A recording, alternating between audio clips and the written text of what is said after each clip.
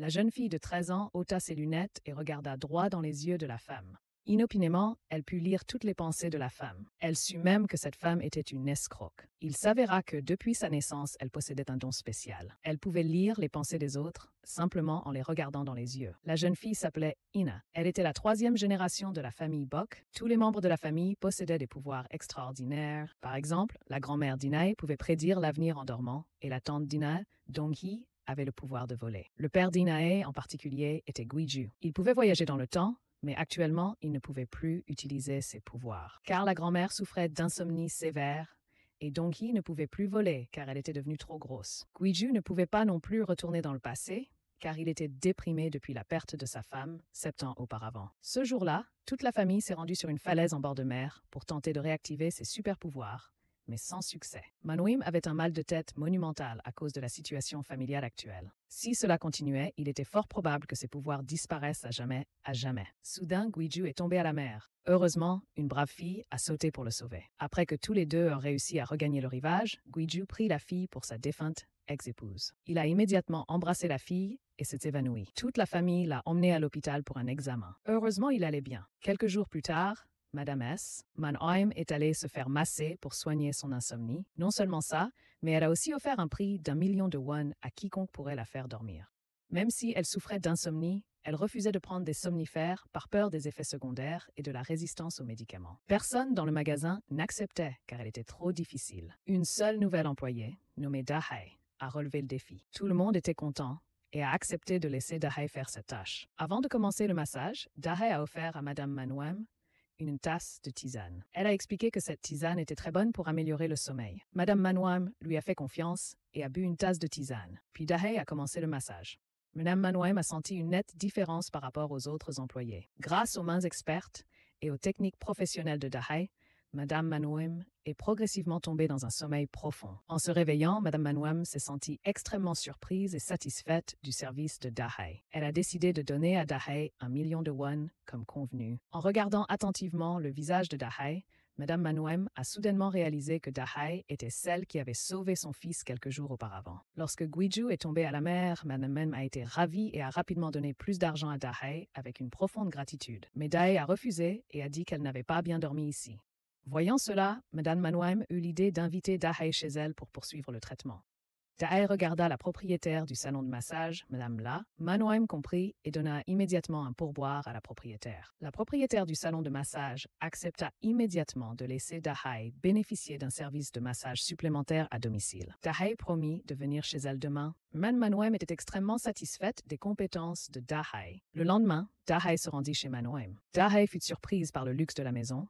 Manheim a invité Dahae dans son jardin pour terminer le massage. En même temps, la chambre de Guiju était remplie de bouteilles de vin vides. Depuis qu'il était déprimé, il s'était saoulé presque tous les jours. Comme il n'avait plus de vin, il est allé à la cuisine pour en chercher une autre bouteille. Alors qu'il ouvrait la bouteille, il a vu Dahae descendre pour préparer une tisane. Elle lui a proposé son aide, mais il s'en fichait. Quand il est passé devant Dahae, elle a fait tomber la bouteille de vin volontairement et a semblé s'inquiéter pour lui. Elle l'a aidé à ramasser les morceaux. À ce moment-là, Madame Manheim entra et vit la scène.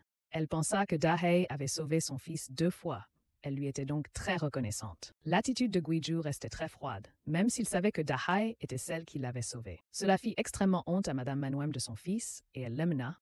Dahae attendit d'être seule dans la cuisine et mélangea rapidement des médicaments dans le thé aux herbes. Après s'être assurée que le médicament était complètement dissous, elle apporta le thé à Madame Manheim. Puis elle commença à masser Madame Manheim. Pendant ce temps, Dahae raconta que ses parents étaient décédés et qu'elle avait été mariée 2 fois. Son premier mari était un adultère et son deuxième mari était violent. Pourtant, elle rêvait toujours d'une famille heureuse. Madame Manheim ressentit de la sympathie et réalisa que son fils partageait la même douleur que Dahae. Madame Manheim dit que Guiju s'était marié tôt, mais malheureusement sa femme était décédée. Il n'arrivait toujours pas à oublier sa femme et était devenu dépressif. Lorsque Dahae est partie, Madame Manheim était très contente et a fait l'éloge de Dahae à son mari. Avant même qu'elle ait pu finir de parler, elle s'est endormie sans s'en rendre compte. Dans son rêve, elle a vu Dahae portant la bague, héritage de la famille Bok. À son réveil, elle en a parlé à son mari. Elle a donc supposé que Dahae était destinée à Guiju. Peut-être grâce à Dahae, Guiju a pu échapper à sa dépression et récupérer ses super-pouvoirs. Alors, Madame Manheim a dit à son mari de prendre immédiatement rendez-vous pour que Dahae vienne chez elle. De son côté, Dahae est rentrée chez elle pour prendre un bain,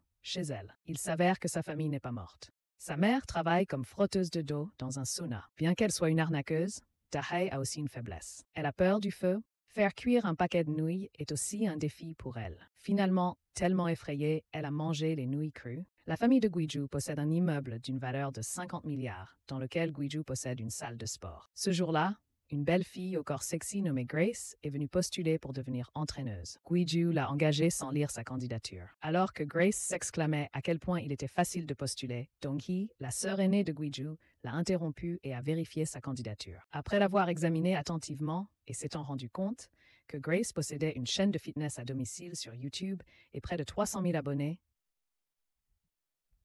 Donghee a immédiatement accepté. Puis, Guiju est descendu et a donné de l'argent à sa sœur pour acheter quelque chose à sa fille. Donghee conseillait une cliente concernant une liposuction, mais à cause de son apparence en surpoids, la cliente s'est sentie mal à l'aise. Le bouton de son pantalon a accidentellement frappé le visage de la cliente, ce qui a provoqué son départ en colère. Le directeur de cette clinique privée, qui est aussi l'amant de Donghee, a vu la scène et s'est senti impuissant. Il a immédiatement dit à Donghee qu'elle n'avait plus besoin de conseiller. Elle a regardé son affiche à la clinique lorsqu'elle n'avait pas pris de poids et s'est sentie triste. Puis Donghee a acheté un gâteau pour manger. Même si elle n'avait pas encore payé, elle avait beaucoup mangé. Mais lorsqu'elle a passé sa carte, toutes ses cartes étaient à découvert. Elle a dû utiliser l'argent que Guiju lui avait demandé pour acheter un cadeau à sa fille pour payer. Soudain, elle a reçu un appel de sa mère l'informant que Dahae viendrait chez elle pour un anniversaire samedi.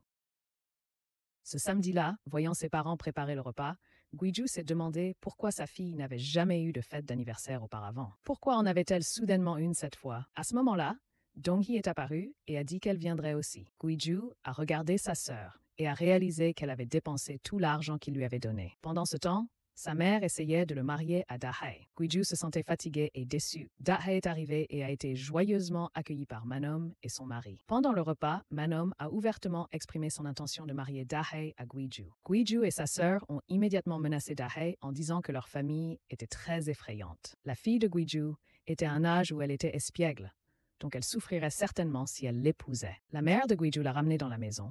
Monsieur Sungu a appelé Inae à la fête. À ce moment-là, seuls Dahae et Donghee sont restés. Donghee a dit qu'elle était au régime, mais en fait, elle avait envie de homard. Elle a donc demandé à Dahae de lui apporter un verre d'eau. Après le départ de Dahae, Donghee a commencé à manger confortablement. Monsieur Sungu a appelé sa nièce pour célébrer son anniversaire et manger de délicieux plats. Inae a exprimé qu'elle voulait seulement manger la soupe d'algues qu'il avait préparée. Bien sûr, Monsieur Sungu a accédé à cette simple demande de sa nièce chérie. Il est allé dans la cuisine préparer la soupe d'algues et allumer les bougies sur le gâteau pour Inae. En même temps, Guiju interrogeait sa mère sur les raisons pour lesquelles elle avait invité une autre femme à la maison pour l'anniversaire d'Inae. Elle a répondu qu'elle voulait qu'il oublie son ex-femme et vive à nouveau heureux. Elle n'a pas oublié de réprimander Guiju pour l'avoir précédemment découragée, elle et son amant, de tomber amoureux, car elle ne voyait pas d'avenir pour eux. Mais Guiju lui a désobéi et a insisté pour se marier. Dahae, qui allait chercher de l'eau, a entendu cela. Soudain, Inae est descendue de l'étage et a assisté à toute la scène. Elle est descendue pour éteindre les bougies de son gâteau, puis est remontée. Voyant l'attitude de sa fille, Guiju est parti en colère. À ce moment-là, il s'est soudainement mis à pleuvoir dehors. Monsieur Sungu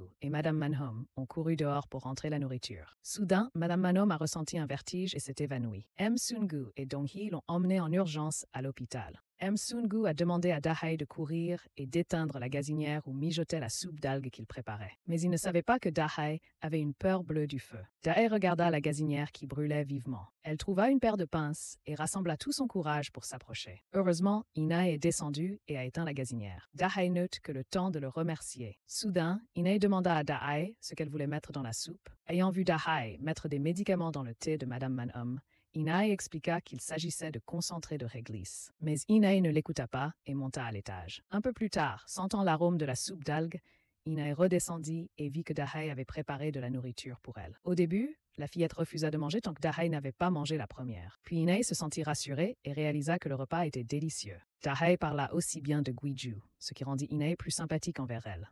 Par conséquent, Inae conseilla à Dahae de ne pas s'impliquer avec cette famille et révéla le secret que sa famille possédait des super-pouvoirs. Mais maintenant, la famille souffre de maladies modernes, donc les super-pouvoirs ont disparu.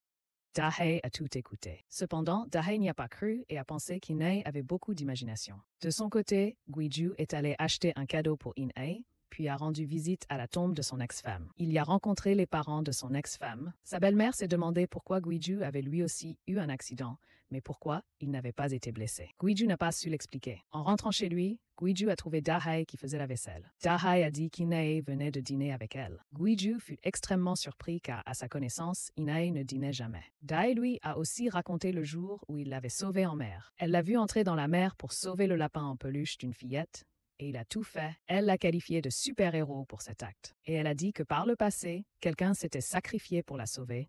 Alors elle chérissait toujours sa propre vie pour rendre cet hommage à cette personne. Les paroles de Dahae ont ému Guiju, mais il a tout de même essayé de rester froid. Après avoir demandé à Guiju de faire la vaisselle, Dahae lui a dit au revoir et est parti. Da est retournée au sauna et sa mère l'a récompensé d'une tasse d'eau de riz pour ses talents d'actrice. Soudain, la jeune sœur de Dahae est sortie. C'était Grace. Il s'est avéré que la famille de Dahae vivait de la fraude. Avant que Dahae n'épouse ses deux ex-maris, c'était grâce à elle et au talent d'actrice parfait de sa famille. Toute leur famille a reçu une grosse somme d'argent de ses deux ex-maris pour préjudice moral, ainsi que des indemnités de divorce. Ce que la famille de Dahae visait, c'était les biens de son ex-mari. Cette fois, la prochaine victime est Guiju. Dahae raconte l'histoire de cette famille possédant des capacités spéciales. C'est pourquoi la famille s'est enrichie grâce à la bourse ou à la loterie. Et maintenant, leur famille a perdu ses capacités spéciales à cause de la maladie des temps. La famille de Dahae a ri de cela. Ils ont trouvé cela absurde. La maladie des temps était due au fait que la famille de Guiju était trop heureuse et est tombée malade. Guiju est allé dans la chambre de sa fille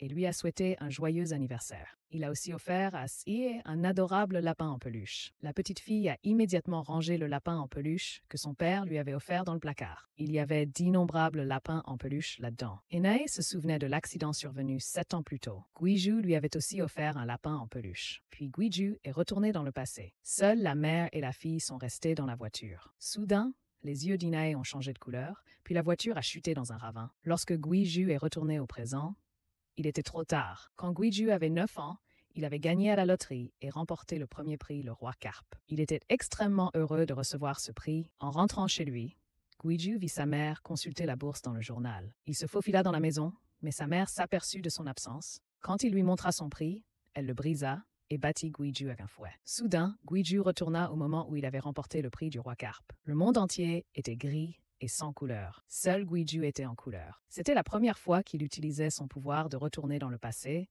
en se souvenant d'un moment heureux. Quelques jours plus tard, Guiju retourna à ce moment-là, mais il réalisa qu'il ne pouvait que voir et non toucher tout ce qui se trouvait dans le passé. Soudain, Guiju fut choqué en voyant la scène du petit chien et de son propriétaire. Le chien courut jusqu'à l'intersection et eut un accident, gisant immobile au bord de la route. Les sanglots de la petite fille le brisèrent encore davantage. Guiju réalisa qu'un moment de bonheur pour lui pouvait aussi être un moment de malheur pour les autres. Il essaya de retourner dans le passé pour sauver le chien, mais échoua, quoi qu'il fît. Après de nombreux retours, Guiju ne ressentit plus de bonheur à ce moment-là. En partie à cause de ces nombreux retours, le reste était un sentiment de culpabilité dans son esprit. Depuis, Guiju n'a pas pu revenir à ce moment-là. De retour au présent, Guiju regarda la pile d'ours en peluche qui s'y trouvait. Il semblait que sa fille ne les aimait plus. Cependant, la vérité était qu'il pensait qu'à cause de sa naissance, beaucoup de mauvaises choses étaient arrivées à sa famille. Alors elle estimait ne pas mériter de recevoir un cadeau d'anniversaire. C'est pourquoi elle a jeté tous les ours en peluche. Avant qu'Inae n'aille à l'école, Guiju observa que quelqu'un suivait Inae. Il lui a dit de faire attention en allant à l'école. Guiju est allé au centre commercial pour acheter un autre cadeau à sa fille. Dahae l'avait suivi auparavant et avait fait semblant d'être là par hasard. Elle lui a proposé de l'aider à choisir un cadeau, mais Guiju a refusé. Dahae a essayé de lui prendre la main, mais Guiju l'a repoussé. Malheureusement, il lui a déchiré sa manche. Timidement, il est parti boire une bière à proximité. Un instant plus tard, Dahae est apparue devant Guiju avec les chaussures qu'il avait refusées plus tôt. Elle a supplié Anne de rapporter les chaussures à In-ae. Pensant à sa fille, Guiju prit les chaussures à contre-cœur et jeta une liasse de billets sur la table. Il ne voulait pas devoir quelque chose à Dahae. Puis il partit sans prêter attention à Dahae. Alors que Dahae buvait une bière au centre commercial, l'alarme incendie sonna soudainement. Tout le monde a fui. Dahae était extrêmement paniquée. Elle ne pouvait pas bouger tellement elle avait peur. Elle ne put que se tenir la tête et s'asseoir. Soudain, une main saisit la sienne. En relevant la tête, Dahae découvrit que c'était Guiju. Elle fut extrêmement surprise car elle pensait qu'il était déjà rentré chez lui. Soudain, le gardien de sécurité annonça que la fausse alerte incendie était due à une simple erreur système. Dahae tourna la tête vers le gardien et lorsqu'elle se retourna, Guiju avait disparu. Elle se sentait confuse et ne comprenait pas pourquoi il était soudainement apparu. et l'avait aidée alors qu'elle paniquait. À la maison, Ine reçut les chaussures devant la porte. La fille a adoré le cadeau. Elle a souri vivement et s'est regardée dans le miroir. Guiju a vu sa fille recevoir joyeusement les chaussures et s'est senti heureux intérieurement. Quelques jours plus tard, Madame Manhum a invité Dahai au gymnase familial et lui a dit que si Dahai devenait sa belle-fille, tout le bâtiment lui appartiendrait. Bien que Dahai le souhaita vraiment, elle s'est tout de même retenue et a répondu qu'elle n'était pas quelqu'un qui se mariait facilement après avoir connu 2 précédents mariages. Cette finesse a beaucoup plu à Madame Manhum. Dong-hee était à proximité et a observé toute la scène. Elle a tiré sa mère à part et a mis Dahai en garde en disant qu'elle pourrait être une arnaqueuse. Grace, qui était à proximité, a surentendu et a fait signe à Dahai. À ce moment-là, Guiju est arrivé au gymnase. Dahai s'est approché de lui pour le remercier de l'avoir aidé dans l'incendie et même de lui avoir tenu la main pour la réconforter. Mais il n'a pas compris ce qu'elle a dit. Mme Manhum était très heureuse d'apprendre cela car elle pensait que leur relation s'était améliorée. En rentrant chez elle, Dahai s'est demandé pourquoi Guiju n'avait pas avoué lui avoir tenu la main. Il semblait avoir un secret. À l'école, Ine semblait être une fille invisible. Peu de gens lui prêtaient attention. Cela faisait se sentir perdue et seule Ine. Actuellement, Ina ne rejoint aucun club, même si elle souhaite vraiment s'intégrer à ses amis. Cependant, sa timidité et son embarras l'empêchent de s'inscrire à des activités. De ce fait, le professeur principal a appelé Guiju et lui a demandé de porter plus d'attention à sa fille. Le professeur a également rappelé à Guiju de signer les informations que l'école avait envoyées aux parents. À ce moment-là, Guiju a trouvé les papiers dans le trousseau de sa fille et a tout signé. Après avoir fini de signer, Guiju est descendu chercher de l'alcool. Soudain, M. Seungyu est apparu et l'a invité à boire un verre au restaurant. Sa mère et Dahai étaient là. Guiju allait partir lorsque M. Seungyu l'a poussé à l'intérieur. Un instant plus tard, le père et la mère de Guiju sont partis pour laisser Guiju et Dahai seuls ensemble. Cependant, Guiju est resté froid envers Dahai et a continué à boire seul. À la clinique esthétique, Dong-hee a découvert qu'il était tard et que son amant n'était pas revenu. Le personnel a dit qu'il examinait une cliente. Dong-hee a dû attendre dehors. Elle entendit des rires dans la clinique. Incapable de supporter ces rires, Dong-hee alla immédiatement vérifier. Elle aperçut son amant et Grace en train de discuter joyeusement. Les deux expliquèrent qu'ils consultaient simplement un médecin, laissant Dong-hee sans voix. Elle se sentit déçue et jalouse. Dong-hee invita son amant à boire un verre et saisit l'occasion pour lui suggérer d'enregistrer leur mariage afin qu'ils puissent bientôt avoir un immeuble de 50 milliards. La raison était que Madame Moore, la personne avec laquelle elle avait passé un accord pour ses 2 enfants, avait stipulé que celui ou celle qui se marierait en premier hériterait de la maison de 50 milliards. Cependant, son amant refusa, déclarant qu'il n'envisagerait le mariage que lorsqu'ils auraient remboursé le loyer qu'il lui avait emprunté. Dong-hee savait qu'il inventait une excuse pour refuser. Elle ne pouvait s'empêcher de penser que la raison était son surpoids. Dong-hee était déterminée à changer en retournant à la salle de sport. Elle s'est entraînée dur pour perdre du poids. Elle croyait que seul un corps plus mince le ferait revenir l'aimer passionnément. Par ailleurs, Ina est rentrant chez elle lorsqu'elle s'arrêta soudainement. Quelqu'un la suivait. Anne courut le plus vite possible aux toilettes les plus proches et commença à appeler chaque membre de sa famille. Mais tout le monde était occupé. Grand-mère dormait, grand-père était occupé à nettoyer et tante Dong-hee était occupée à perdre du poids. Anna n'a eu d'autre choix que d'appeler son père. Mais c'est Dai qui a répondu au téléphone. Dai a réveillé Guiju pour qu'il aide Ine, même s'il était ivre. Mais lorsque Dahai a mentionné le nom de sa fille, Guiju s'est réveillé et s'est précipité dehors. En courant vers les toilettes publiques, Guiju a vu un homme très suspect dehors. L'homme était un membre de la famille de Dai. Il était là pour suivre Ine. Guiju soupçonnait que c'était lui qui avait effrayé Ine, alors il s'est immédiatement précipité pour se battre contre l'homme. L'homme voulait riposter, mais Dai lui a fait signe de ne pas toucher Guiju et de partir le plus vite possible. Guiju, ivre, a frappé le casque de l'homme. L'homme a simulé une blessure grave et s'est enfui. À ce moment-là, Ine est également sortie des toilettes. Guiju a réconforté sa fille en lui disant qu'il s'était occupé du harceleur et lui a demandé de ne pas s'inquiéter. Mais Ai n'a pas compris ce que son père disait. Elle murmura son problème à Dai. Il s'est avéré qu'Ine avait couru aux toilettes et appelé à l'aide parce que c'était ses premières règles, et non à cause d'un harceleur. Dai aida à acheter des serviettes hygiéniques et lui prêta une chemise pour couvrir les taches de sang sur sa jupe. Après avoir ramené Ine chez elle, Guiju invita Dai à boire un verre pour la remercier. Dai se rappela le moment où il s'était tenu la main au centre commercial, mais Guiju continua de le nier. Dai pensa que c'est peut-être lui, dans le futur, qui lui a tenu la main, mais Guiju insista sur le contraire. Car même s'il pouvait retourner dans le passé, il ne pourrait rien toucher du passé, et il était actuellement déprimé, donc il ne pouvait pas retourner dans le passé. Dong-hee courait toujours avec une intensité croissante. Elle voulait vraiment retrouver sa silhouette mince d'avant. Soudain, en courant, Dong-hee s'est envolé un instant et est tombé du tapis roulant. Grace a vu cela et est immédiatement venue soutenir Dong-hee. De retour chez lui, Guiju s'est souvenu des paroles de Da-hae lorsqu'il lui avait tenu la main.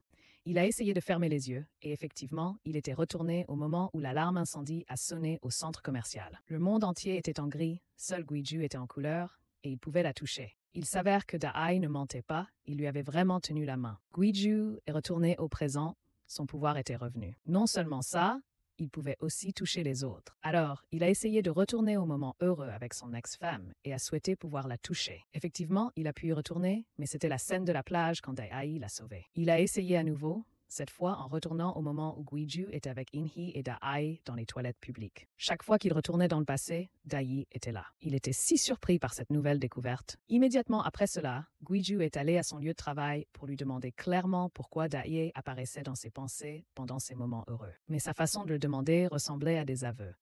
Même Manhom, ayant vu cette scène, dit immédiatement à Guiju que Da-hae serait la personne importante pour aider toute la famille à retrouver ses capacités perdues. Après cela, elle proposa à Da-hae de quitter son travail au spa et de venir vivre avec eux. Officiellement, elle demanda à Da-hae de donner des cours et de s'occuper d'Ye, mais en réalité, le but était de marier Da-hae et Guiju. Puis il la vit attendre à la fontaine. Les souvenirs de l'anniversaire de sa fille lui revinrent en mémoire. Il s'avéra qu'au moment de la naissance de Nye, toute la caserne de pompiers de Guiju dut intervenir pour un incendie au lycée. Son capitaine périt dans cet incendie. Voir la femme et les enfants du capitaine pleurer aux funérailles brisa le cœur de Guiju. Car ce jour-là, le capitaine avait pris l'initiative de prendre le service de Guiju pour qu'il puisse aller à l'hôpital avec sa fille. Le moment le plus heureux de Guiju fut aussi celui du plus grand malheur des autres.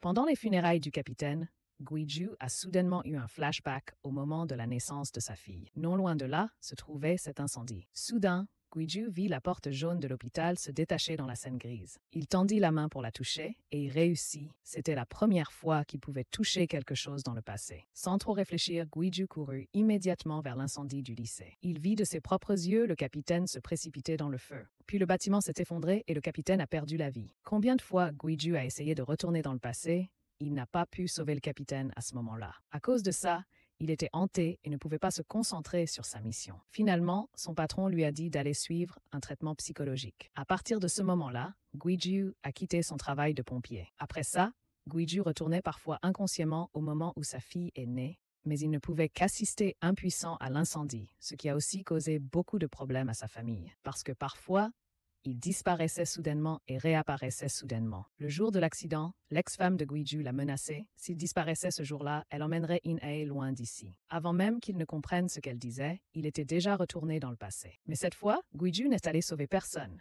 Il a décidé de retourner au présent avec sa femme. Mais il était trop tard. Sa femme a précipité la voiture dans le ravin et est décédée, tandis qu'In-hae a eu la chance de survivre. De retour au présent, Guiju est rentré chez lui, le cœur brisé, laissant Da-hae l'attendre à la fontaine, car il pensait qu'il causerait des problèmes aux autres. La nuit, la famille de Da-hae s'est réunie. La mère de Da-hae, Leong, a pensé que la famille Bok n'était pas normale en croyant posséder des super-pouvoirs. Elle voulait donc que Da-hae rassemble de nombreuses preuves pour les combattre en justice. Le lendemain, Guiju fut surpris de voir Da-hae emménager chez lui. Elle a dit qu'hier, il était allé à la fontaine et lui avait offert ce bouquet de fleurs. Manuim et son mari étaient présents et très heureux d'apprendre la nouvelle. Mais Guiju a continué de nier et a fait sortir Da-hae pour l'interroger sur son mensonge. Mais Da-hae a insisté sur le fait qu'il ne lui avait pas seulement offert des fleurs, mais qu'il l'avait aussi embrassé là-bas. Guiju pensa que c'était peut-être son futur lui-même qui avait fait cela, alors il laissa tomber. Da-hae est allé manger avec tout le monde. Le temps est retourné il y a de nombreuses années. Sur le podium, une jeune fille marchait avec assurance. Tout le monde la regardait. C'était le passé de Dong-hee. Elle était autrefois très mince et avait un corps sexy. Après le spectacle,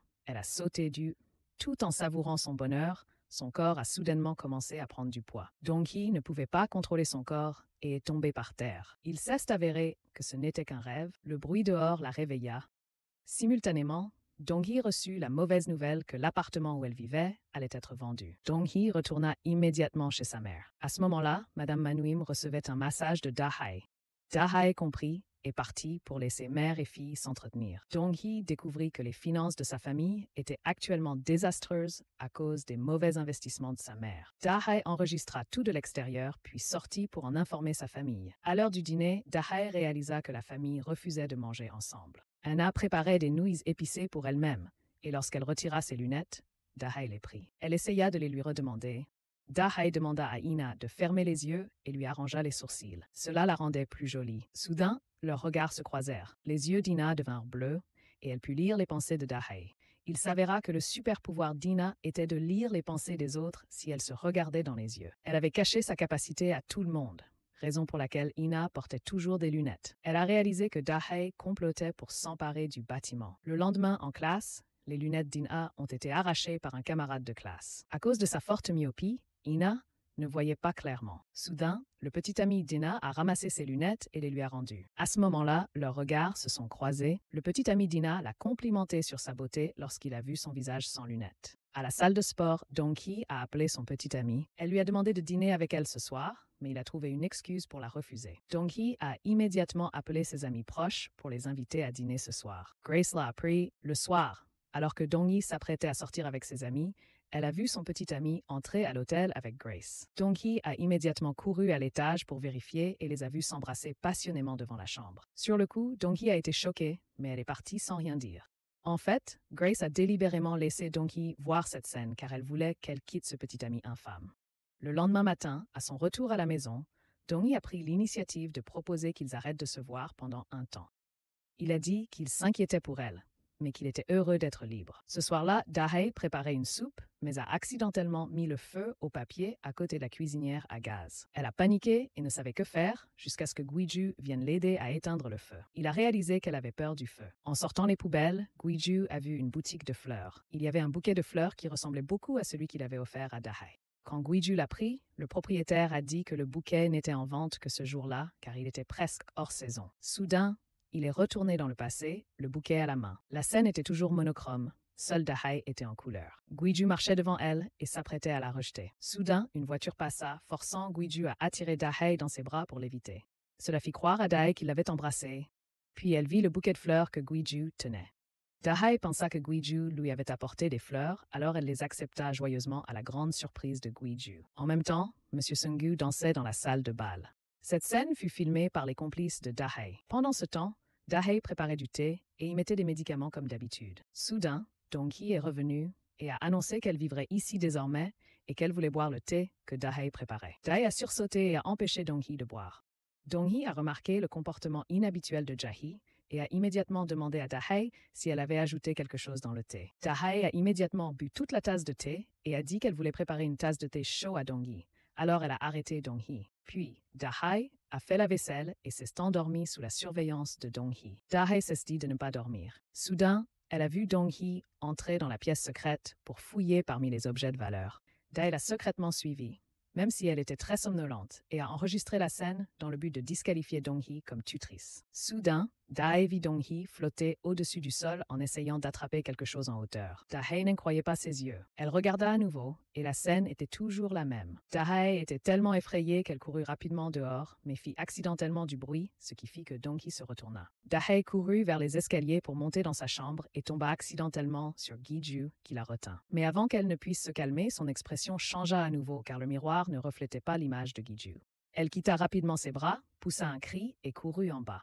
Dans le passé, après avoir accidentellement donné des fleurs à Dahai, Guiju retourna soudainement au présent. Le chariot de fleurs était allé assez loin. Il se souvenait du moment où il avait tenu la main de Dahai par le passé. Mais ce n'était pas parce qu'il avait des sentiments pour elle, mais parce qu'il était ému d'avoir cette fois sauvé quelqu'un grâce à son pouvoir. Guiju le dit à M. Sungu. Les deux furent surpris que le pouvoir de Guiju se soit développé. M. Sungu l'emmena ensuite dans le bureau de la famille Bok. Il y avait de nombreux livres qui avaient été conservés pendant plusieurs générations. M. Sungu dit que par le passé, des ancêtres avaient aussi révélé leur pouvoir. Par exemple, il y avait quelqu'un qui avait la capacité de cracher du feu, mais seulement lorsqu'il allait à la guerre. Quand un ancêtre a tenu la main de son ami dans une situation dangereuse, son pouvoir s'est révélé. Ou une fille qui avait la capacité de se transformer en une autre personne contre sa volonté lorsqu'elle se tenait devant la personne qu'elle aimait. Progressivement, elle a oublié comment retrouver sa forme originale. Même si cette fille s'est transformée en beaucoup d'autres filles, elle n'a toujours pas pu avoir l'amour de la personne qu'elle aimait. Parce qu'il avait déjà quelqu'un qu'il aimait, il a dessiné cette personne. Et étonnamment, c'était l'apparence originale de la fille qui pouvait se transformer. Après avoir connu la vérité, La fille a retrouvé à la fois l'amour et sa forme originale. Monsieur Sungu a donc conclu que Dahae était la clé du pouvoir de Guiju. Mais Guiju voulait qu'il garde le secret, et tous deux ont continué à surveiller. Puis Guiju est entrée dans la maison et a vu Dahae courir au deuxième étage, effrayée. Elle a murmuré qu'il y avait un fantôme. Curieusement, il est entré et a vu Dahae descendre au rez-de-chaussée, apeurée. Dahae venait de rencontrer Guiju au deuxième étage, et maintenant elle le rencontrait au rez-de-chaussée, la laissant sans voix. Terrifiée et ayant pris des somnifères plus tôt, Dahae s'est évanouie sur place. C'est alors que Madame Manoum et son mari sont également entrés. Toute la famille fut surprise et ne comprit pas ce que Dahae avait vu. Donghae s'avança et expliqua que comme elle avait un peu volé, Dahae avait peut-être vu quelque chose et avait eu peur. Donghae n'oublia pas de demander pourquoi Dahae était entrée dans la chambre secrète de sa maison. Madame Manhoum supposa que Dahae passait simplement par là. Toute la famille emmena Dahae dans sa chambre et était extrêmement inquiète car elle ne se réveillait pas. Mais Donghae arriva et dit que Dahae dormait simplement. La raison était que Dahae avait mis du médicament dans le thé de Madame Manhoum et qu'elle avait bu le thé. Mais Madame Manhoum n'y crut pas et pensa que Donghae mentait pour s'emparer du bâtiment de 50 milliards. Cette nuit-là, Madame Manhoum dormit et rêva que Dahae avait été emmenée à l'hôpital depuis un bain public. Elle se réveilla et devina que c'était un mauvais rêve. Le lendemain matin, Dahae se réveilla et se souvint de tout ce qui s'était passé la veille. Elle était extrêmement paniquée et se demanda ce qu'elle avait vu la veille. Puis Dahae changea de vêtements et sortit en cachette de la chambre. Soudain, Donghae fit un pas en avant, effrayant Dahae et la faisant reculer. Dahae se souvenait encore clairement comment Donghae avait volé dans le couloir la veille. Soudain, Donghae dit à Dahae de regarder de plus près ses ongles de pied. Dahae craignait que Donghae ne s'envole à nouveau, mais en baissant les yeux, elle ne vit que ses ongles fraîchement vernis. Il s'est avéré que Donghae parlait de ses orteils, et elles ont éclaté de rire toutes les deux. Puis Dahae est descendue pour préparer le petit déjeuner, des œufs au plat pour Inae. Soudain, Madame Manhoum est descendue et a raconté à Dahae son rêve, où elle la voyait évacuée sur une civière depuis le sauna. En entendant cela, Dahae a eu extrêmement peur car c'était sa maison. Elle a accidentellement gâché les œufs au plat. Voyant cela, Inae a également arrêté de prendre son petit déjeuner. Dahae l'a rattrapée et a donné une banane à Inae. Inae a continué de dire à Dahae de fuir immédiatement cet endroit. Ayant entendu cela, Dahae a immédiatement fait ses bagages et s'est enfui de la maison. Guiju a tout vu. Il l'a suivi au sauna et y est entré. Dahae est rentrée à la maison et a dit à sa mère que la famille Guiju avait des pouvoirs surnaturels. Elle a convaincu sa mère de laisser tomber cette arnaque. Mais Madame Li Hong pensait que la famille Guiju était paranoïaque. Sa mère a forcé Dahae à enregistrer rapidement son mariage avec Guiju, puis à s'enregistrer comme tutrice. Mme Li Hong n'a pas oublié de rappeler à Dahae la dette qu'elle lui devait. Il s'est avéré qu'elle n'était pas la fille biologique de Madame Li Hong. Il y a de nombreuses années, le père de Dahae est mort d'alcoolisme. Lors des funérailles, Madame Li Hong et son mari sont venus réclamer l'argent que le père de Dahae lui devait. Elle a forcé Dahae à signer une assurance stipulant que si Dahae décédait, elle toucherait l'argent. Actuellement, Madame Li Hong est la mère adoptive de Dahae. De retour au présent, Madame Li Hong l'a forcé à exécuter le plan d'escroquerie que la famille avait initialement conçu. Lorsque Guiju est entré dans le sauna, il a été vu par l'oncle de Dahae, Young-tae. Young-tae a essayé d'appeler Dahae pour la prévenir, mais son téléphone était dans l'armoire. Young-tae regardait Guiju en préparant des rouleaux de riz. Guiju cherchait Dahae. Après avoir échoué à joindre Dahae, Young-tae a appelé Madame Li Hong, mais elle n'avait pas non plus son téléphone. Dahae et Madame Li Hong discutaient lorsque Guiju les a trouvés. Il fut très surpris car Dahae appelait Madame Li Hong maman. Il se souvenait que Dahae avait dit qu'elle n'avait pas de famille. Madame Li Hong se leva et fit signe à Young-tae dehors. Il comprit et déclencha l'alarme incendie. Dahae eut très peur en entendant l'alarme incendie. Elle s'est assise par terre et n'arrivait plus à bouger. Guiju l'a vue et l'a portée dehors. Soudain, toutes les deux sont tombées car le sol était glissant. Madame Li Hong a dit à Young-tae d'appeler une ambulance pour emmener Dahae à l'hôpital. À l'hôpital, elle a raconté l'histoire de Dahae à Guiju. Il s'est avéré qu'elle était sa mère adoptive. Il y a quelques années, le lycée de Dahae avait pris feu. Elle a adopté Dahae car elle n'avait pas de famille. Li Hong n'étant pas un parent officiel de Dahae, il voulait que Guiju signe un document la confirmant comme tutrice.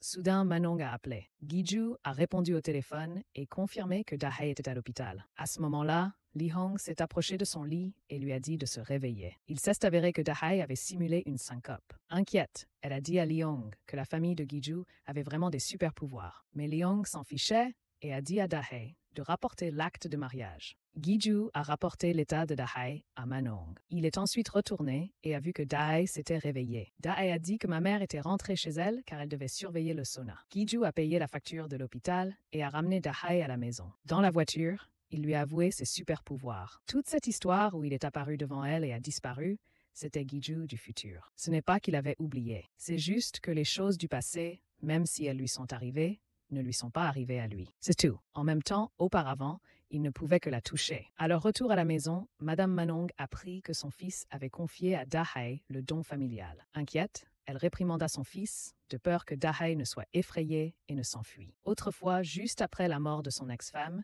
Guiju avait tenté de retourner au moment où il était avec elle pour la sauver. Mais sa mère l'en empêcha, expliquant qu'il ne pouvait rien changer, car elle avait rêvé de la mort de son père auparavant. Elle avait tout essayé pour l'empêcher, mais en vain, car cet avenir était inévitable.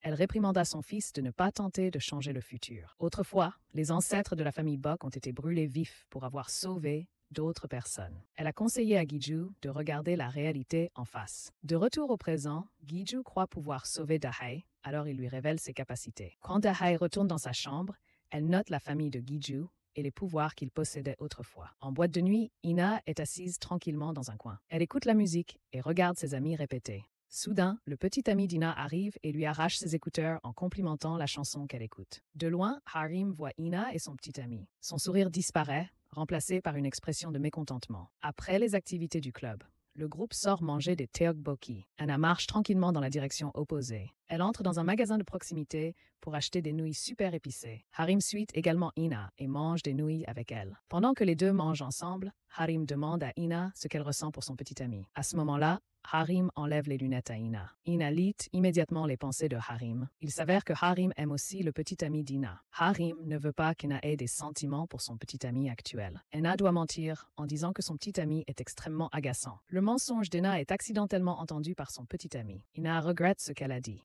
Elle pense qu'elle ne devrait pas lire dans les pensées des autres. Harim regarde Ina et sourit narquoisement. Bien que Dongi soit très déterminée à perdre du poids pendant la journée, la nuit, elle apporte beaucoup de nourriture dans sa chambre. Soudain, elle voit sa mère rôder devant la chambre de Dahai. Madame Manom est extrêmement inquiète et craint que Dahai ne parte à cause du secret de famille révélé. Donghee frappe à la porte pour demander, mais Dahai sort et lui demande de faire silence. Puis elle entre dans la chambre, se souvenant des paroles de Guiju. Dahai réfléchit à une solution et imprime l'acte de mariage.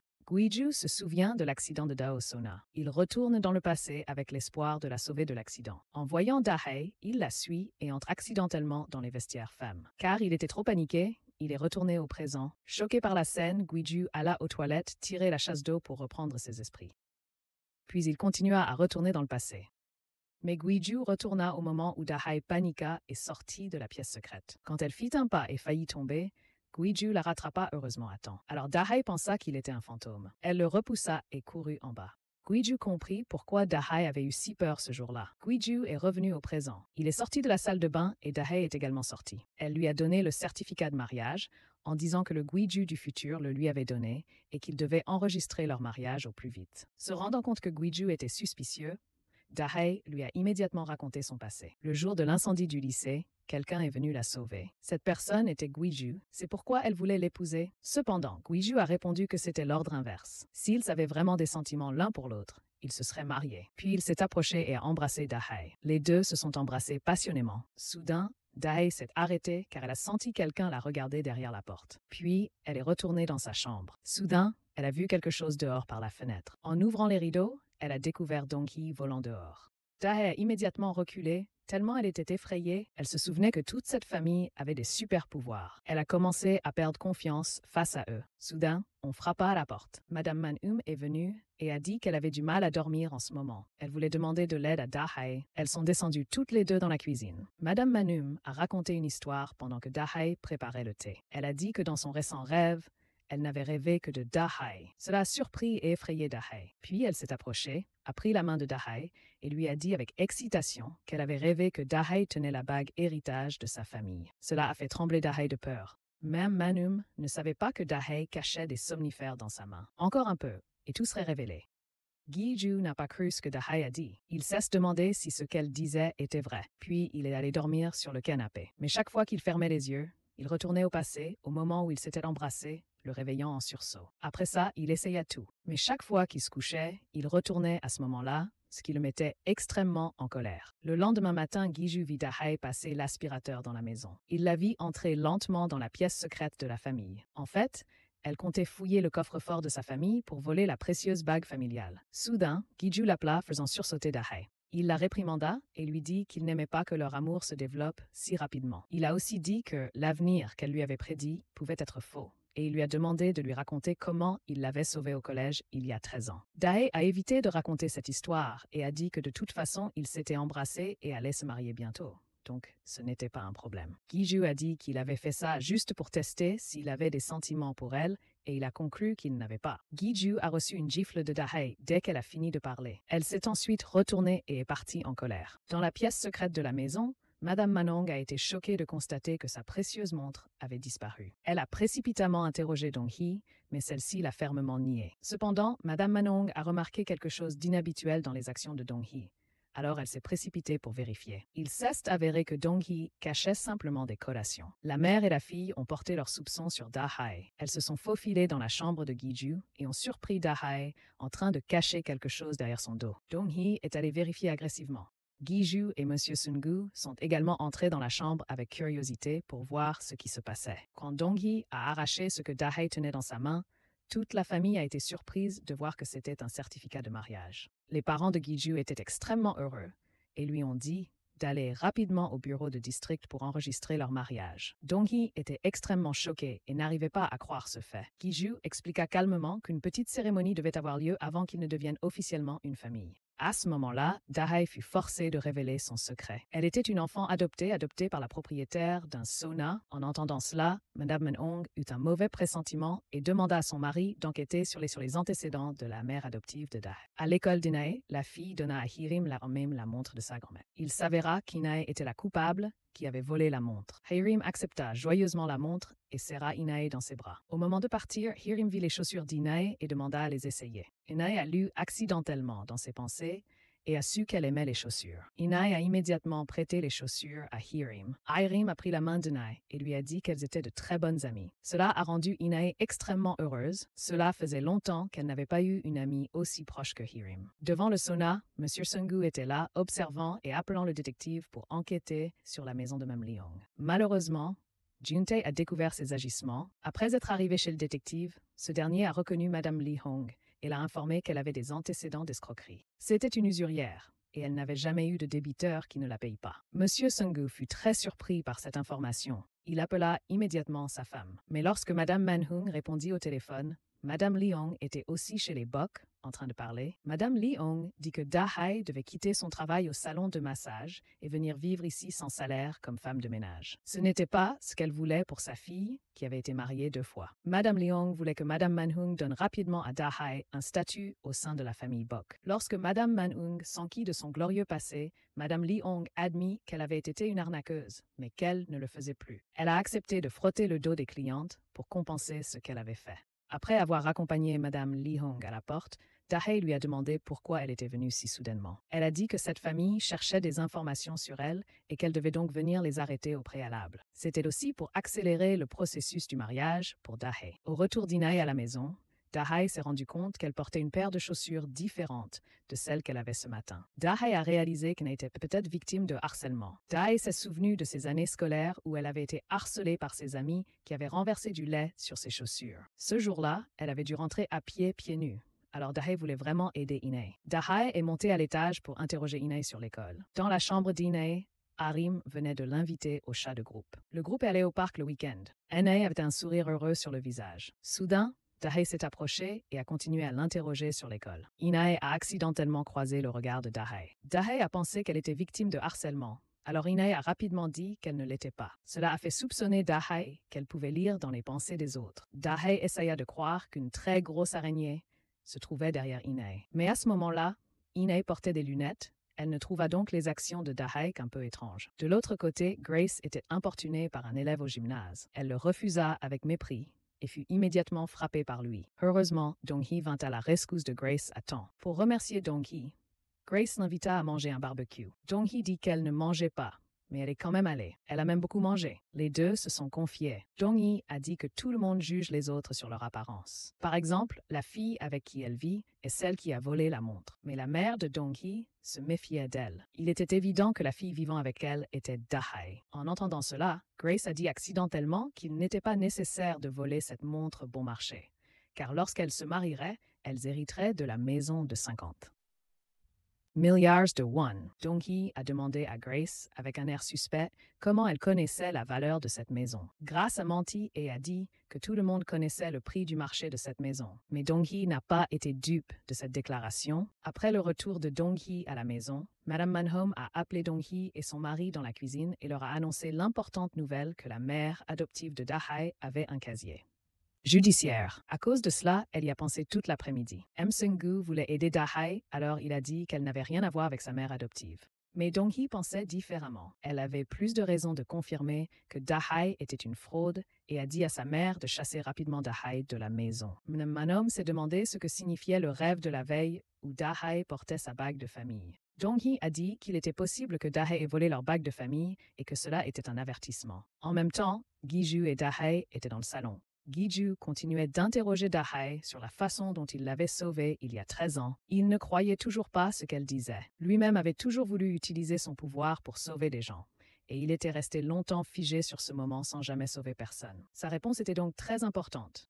Voyant qu'elle évitait la question, Gi-ju retourna au moment où elle l'avait giflé cet après-midi-là. À ce moment-là, elle avait également esquivé sa question. Après que les deux se soient séparés, il remarqua que ses lacets étaient défaits. Voyant son expression douloureuse, Gi-ju devina qu'elle ne voulait probablement pas mentionner ce qui s'était passé il y a 13 ans, car cela lui rappelait de mauvais souvenirs. Gi-ju réalisa qu'il avait tort de continuer à interroger Da-hae. Il alla vers elle et l'aida à lasser ses chaussures. Il retourna ensuite au présent et s'excusa auprès de Da-hae de lui avoir fait revivre ces terribles événements. Le lendemain, M. Seung-gu vint dans la chambre de Gi-ju pour le convaincre de s'ouvrir à Da-hae. Gi-ju craignait de recommencer à faire des erreurs. Mais M. Seung-gu lui dit qu'il allait forcément faire des erreurs, mais qu'il pourrait retourner dans le passé et les corriger, car Da-hae était très spécial. Avant que M. Seung-gu ait pu finir de parler, Gi-ju retourna dans le passé au moment où ils s'étaient embrassés. Il se demanda s'il devait aimer à nouveau. Puis il sortit et vit Ina entrer dans la pièce secrète pour voler une montre. Il s'avéra qu'elle était la coupable. Gi-ju murmura que s'il plaisait à Ina, il pourrait la lui acheter. Pourquoi ferait-il ça? Entendant sa fille chuchoter que tu aimerais ça, il devina qu'elle était victime de harcèlement scolaire. Gi-ju se rendit immédiatement à l'école pour trouver le professeur principal afin de lui parler. En même temps, Da-hae alla aussi à l'école d'Ina pour lui apporter ses chaussures. Mais lorsque Da-hae a interrogé les élèves de l'école au sujet d'Ina, elle s'est rendue compte que très peu d'élèves la connaissaient. Certaines élèves pensaient même qu'Ina était la servante de Hirim. Un peu plus tard, Da-hae a croisé Ina marchant avec Hirim en sortant de l'école. Da-hae s'est rendu compte que Hirim portait la montre qu'Ina avait volée et les chaussures d'Ina. Da-hae a demandé à Ina de s'éloigner pour parler. Da-hae a dit que le comportement étrange d'Ina ces derniers temps était dû à son ami Hirim. N'est-ce pas? Da-hae a dit que si Ina ne disait pas la vérité, elle le rapporterait à sa famille. Ina a menacé que si Da-hae faisait ça, elle la dénoncerait comme une arnaqueuse à tout le monde. Da-hae fut surprise par cette déclaration. Ina a dit que j'avais gardé cela secret parce que je voulais que ma grand-mère subisse des conséquences pour son habitude de se fier à ses super-pouvoirs. De plus, c'était la première fois qu'Ina voyait une arnaqueuse dans la vraie vie, alors elle a trouvé cela intéressant. Puis, pour augmenter la persuasion, Ina a enlevé ses lunettes et a regardé droit dans les yeux de Da-hae en disant que ses 2 précédents mariages étaient aussi des arnaques. La première fois était pour se venger de la mère de Da-hae qui avait abandonné ses enfants pour suivre un autre homme. La deuxième fois était pour se venger de son père alcoolique. Mais la troisième fois, Da-hae n'a pas continué comme ça parce qu'elle était contrôlée par ses émotions. Da-hae est passée de la surprise à la panique. Ina a deviné toutes les pensées de Da-hae. Da-hae savait aussi qu'Ina avait caché ses capacités depuis le début. Da-hae, tremblante, a appelé Hung-tae et lui a dit que tout avait été révélé. Cette famille au super-pouvoir était réelle, et il ne pouvait absolument pas la tromper. Alors que Da-hae essayait de convaincre Hung-tae, elle a soudainement vu Gi-ju à l'école. Da-hae a paniqué et a couru dans une autre direction. Elle est tombée accidentellement sur le magasin du gymnase de l'école. Très rapidement, quelqu'un a verrouillé le magasin en pensant qu'il n'y avait personne à l'intérieur. Elle était donc enfermée à l'intérieur. Da-hae a appelé Hung-tae pour demander à son oncle de venir la chercher. Soudain, la batterie du téléphone s'est épuisée. Da-hae a utilisé toutes ses forces pour appeler à l'aide et trouver un moyen de sortir, mais en vain. Elle est également tombée par terre en essayant de grimper à la fenêtre. Cette scène était exactement comme il y a 13 ans, lorsqu'elle avait également été enfermée dans l'entrepôt de l'école par ses amis. Ils avaient dit que si au moins une personne de l'école remarquait l'absence de Da-hae, il la libérerait. Mais ce jour-là, personne n'a remarqué l'absence de Da-hae en classe, pas même le professeur. Soudain, un incendie s'est déclaré dans l'école et tout le monde a fui en panique. Da-hae était enfermée à l'intérieur. Entendant le bruit et la fumée effrayée, elle a appelé à l'aide et a essayé de trouver une issue. Finalement, elle est tombée et a voulu abandonner. De retour au présent, Giju a ouvert la porte de l'entrepôt du gymnase et l'a sauvée. Dahae a pleuré et a raconté son accident de 13 ans plus tôt. À l'époque, elle était enfermée dans l'entrepôt du 5e étage lorsque l'incident s'est produit. Giju s'est souvenu du moment où il était retourné dans le passé. Un groupe d'étudiantes a supplié leur aînée de courir jusqu'à l'entrepôt du 5e étage pour sauver quelqu'un, et il s'est avéré que cette personne était Dahae. Giju a semblé réaliser quelque chose. Il a affirmé qu'il la sauverait. En entendant cela, Dahae a immédiatement repensé au passé. Bien qu'elle ne puisse se souvenir du visage de celui qui l'avait sauvée, elle savait que l'homme avait une blessure au cou. Mais maintenant, Giju n'avait pas cette blessure. Elle a pensé que Giju n'était pas celui qui l'avait sauvée. Après avoir aidé Dahae à sortir de là, Giju a reçu un appel téléphonique du professeur principal d'In-Hee. Da a saisi l'occasion de rentrer précipitamment chez elle et a révélé à Young-tae la vérité sur les pouvoirs surnaturels de la famille de Giju. Bien sûr, il ne la croyait pas. Il a même pensé qu'elle avait des sentiments pour Giju et qu'elle inventait une excuse pour ne pas participer à cette arnaque. Pendant que les deux discutaient, Madame Lee-hong est entrée et a demandé des nouvelles des progrès. Dahae a dit que depuis l'arrivée de Madame Lee-hong dans leur famille, leur attitude envers elle avait complètement changé. Dahae a suggéré qu'il devrait élaborer un plan pour se retirer de cette famille. Giju a rencontré l'institutrice pour lui demander pourquoi In-hee avait pris la montre. L'institutrice a expliqué que la montre était un cadeau d'anniversaire qu'In-hee avait offert à Yerim. Les deux filles étaient amies proches. De plus, Yerim traitait In-hee très bien. Yerim a même invité In-hee à rejoindre le club de danse. Cette information a extrêmement surpris Giju. Il s'est rendu compte qu'il ne connaissait rien aux filles auparavant. Après ça, alors qu'In-hee était ramenée à la maison en voiture, Giju n'a cessé de la questionner sur ce qui s'était passé à l'école. Mais In-hee ne s'est pas souciée de répondre, car elle était occupée à répondre au message de Yerim. Yerim a envoyé un message à In-hee lui demandant si elle pensait qu'elle la harcelait. Parce que la professeure principale a appelé In-hee et lui a demandé. In-hee s'est rapidement excusée auprès de Yerim et a affirmé qu'elle la considérait toujours comme une amie proche. Giju a essayé de parler à sa fille, mais In-hee lui était en colère de s'être rendue à son école et d'avoir parlé à la professeure principale. Dahae a suggéré qu'elle voulait parler à Giju. Alors Giju est rentré chez lui pour chercher Dahae. Dahae ne l'a pas trouvée à la maison. Il est donc allé au sauna et a demandé où elle se trouvait. Hong-tae a montré à Giju où était Dahae. Grâce à cela, il l'a trouvée avec succès. Giju demanda alors à Dahae de découvrir pourquoi In-hee avait volé la montre de Madame Manhome. Dahae refusa de l'aider et suggéra qu'ils ne devraient plus se revoir. Elle prétexta avoir eu peur en voyant la famille surpuissante exhiber ses pouvoirs et qu'elle était donc partie. Dahae insista également sur le fait que ce n'était pas lui qui l'avait sauvée. Elle lui demanda aussi de rapporter ses affaires à la maison, mais Giju croyait toujours qu'il l'avait sauvée. Après cela, il s'entraîna dur, but vite et prépara le petit déjeuner pour In-hee. Sa transformation surprit la famille. Giju suivit ensuite secrètement Dahae au sauna. Grâce à la persévérance de Giju, Dahae a accepté de rencontrer In-hee à sa demande. Les deux se sont rencontrés dans un café. Dès leur rencontre, In-hee a demandé à Dahae si elle avait raconté à son père que j'avais volé la montre de Madame Manhome. Voyant Dahae rester silencieuse et ne pas répondre, In-hee a demandé. Dahae a dit qu'elle pensait qu'In-hee pouvait lire dans les pensées. Alors elle n'a rien dit. In-hee a dit qu'elle avait besoin de regarder dans les yeux de l'autre personne pour lire dans ses pensées. Voyant Dahae nier avoir raconté à son père l'histoire de la montre, In-hee a enlevé ses lunettes et a regardé droit dans les yeux de Dahae pour vérifier. Après avoir confirmé que Dahae n'avait pas raconté à son père l'histoire de la montre, In-hee a été soulagée. In-hee a demandé à Dahae de revenir chez elle et lui a promis de ne pas révéler à quiconque que Dahae était une arnaqueuse. Concernant Yerim, In-hee a dit qu'elle l'avait fait volontairement et espérait que la famille ne s'inquiéterait pas. Dahae a retrouvé Giju près de la voiture et lui a dit de ne pas s'inquiéter car In-hee était seule depuis longtemps. Et c'est la première fois qu'elle a une amie, alors elle veut un peu la gâter. Cependant, Giju doit quand même surveiller In-hee car elle pourrait voler d'autres choses. Donc au lieu de la sauver, il devrait d'abord sauver sa fille. Giju admet qu'il ne sait pas comment être un bon père. Il promet de sauver Dahae et In-hee. Dans les jours suivants, Giju continue de se réveiller tôt pour faire de l'exercice le matin.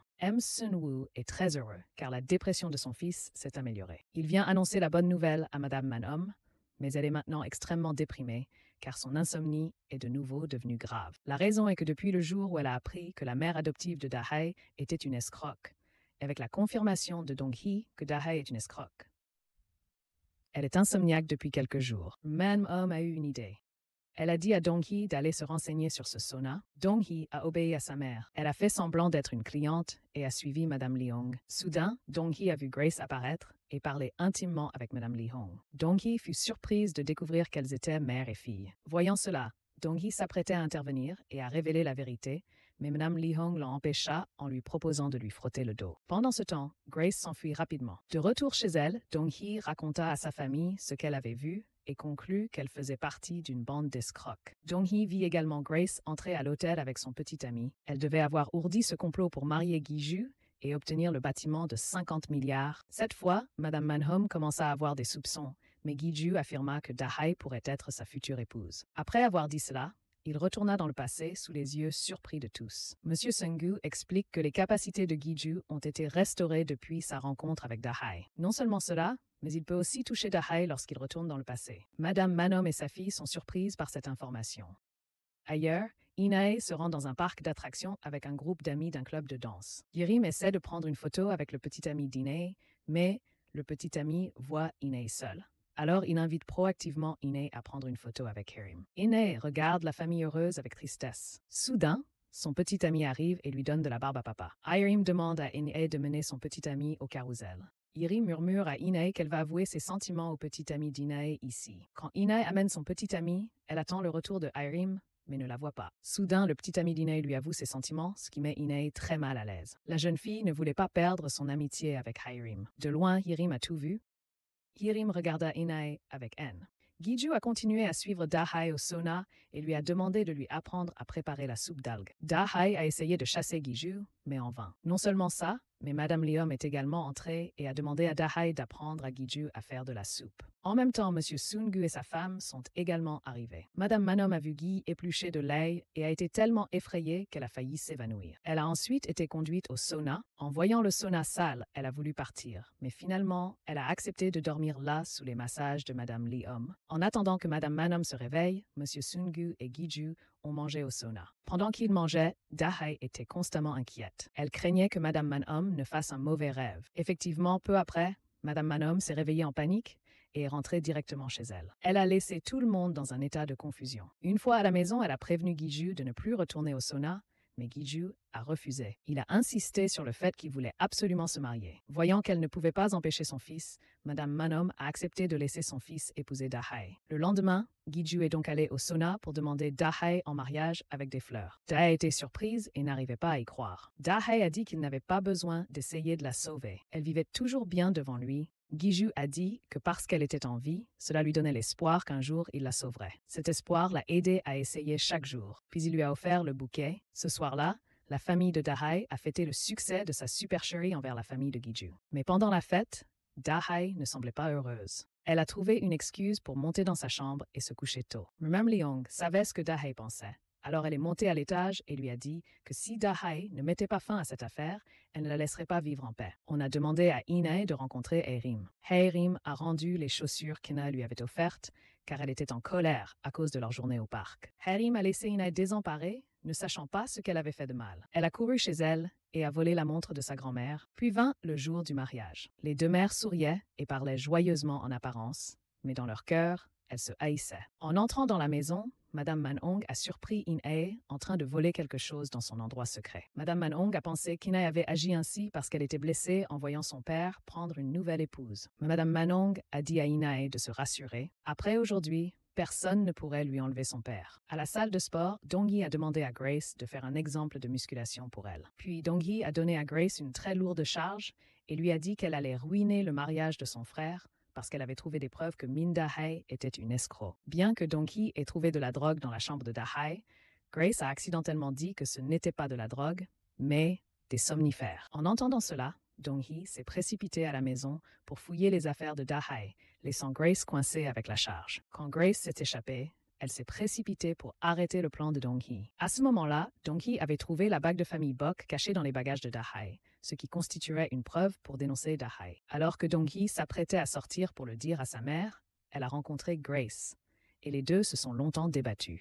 Dong-hee est tombée dans les escaliers, mais elle ne s'est pas blessée et flottait dans les airs. Grace a regardé cette scène avec un visage très surpris. Il s'est avéré que Dong-hee pouvait voler. En même temps, un mariage avait lieu dehors. Guiju tenait la main de Da-hae, son visage montrant du bonheur. Da se souvenait que le père de Guiju lui avait raconté son passé. Guiju était toujours ramené au moment où In-hae est née. À cette époque, l'école de Da-hae a également brûlé. Par conséquent, elle était l'espoir de Guiju dans le présent. Se souvenant de cela, Da-hae avoue être une escroque. Madame Manom était sa troisième cible. Comme Dong-hee l'avait prédit, Da-hae a mis des somnifères dans le thé, sauf pour Madame Manhom. Tout le monde a été surpris par les actions de Da-hae. Ce soir-là, la famille de M. Seung-gu nettoyait après le mariage. Dong-hee a demandé pourquoi sa mère savait tout, mais ne l'avait pas dit à la famille, la faisant perdre son temps à acheter des fleurs naturelles les plus chères. Lorsque M. Seung-gu prit la défense de Da-hae, Mme Manhom et Dong-hee la réprimandèrent sans cesse.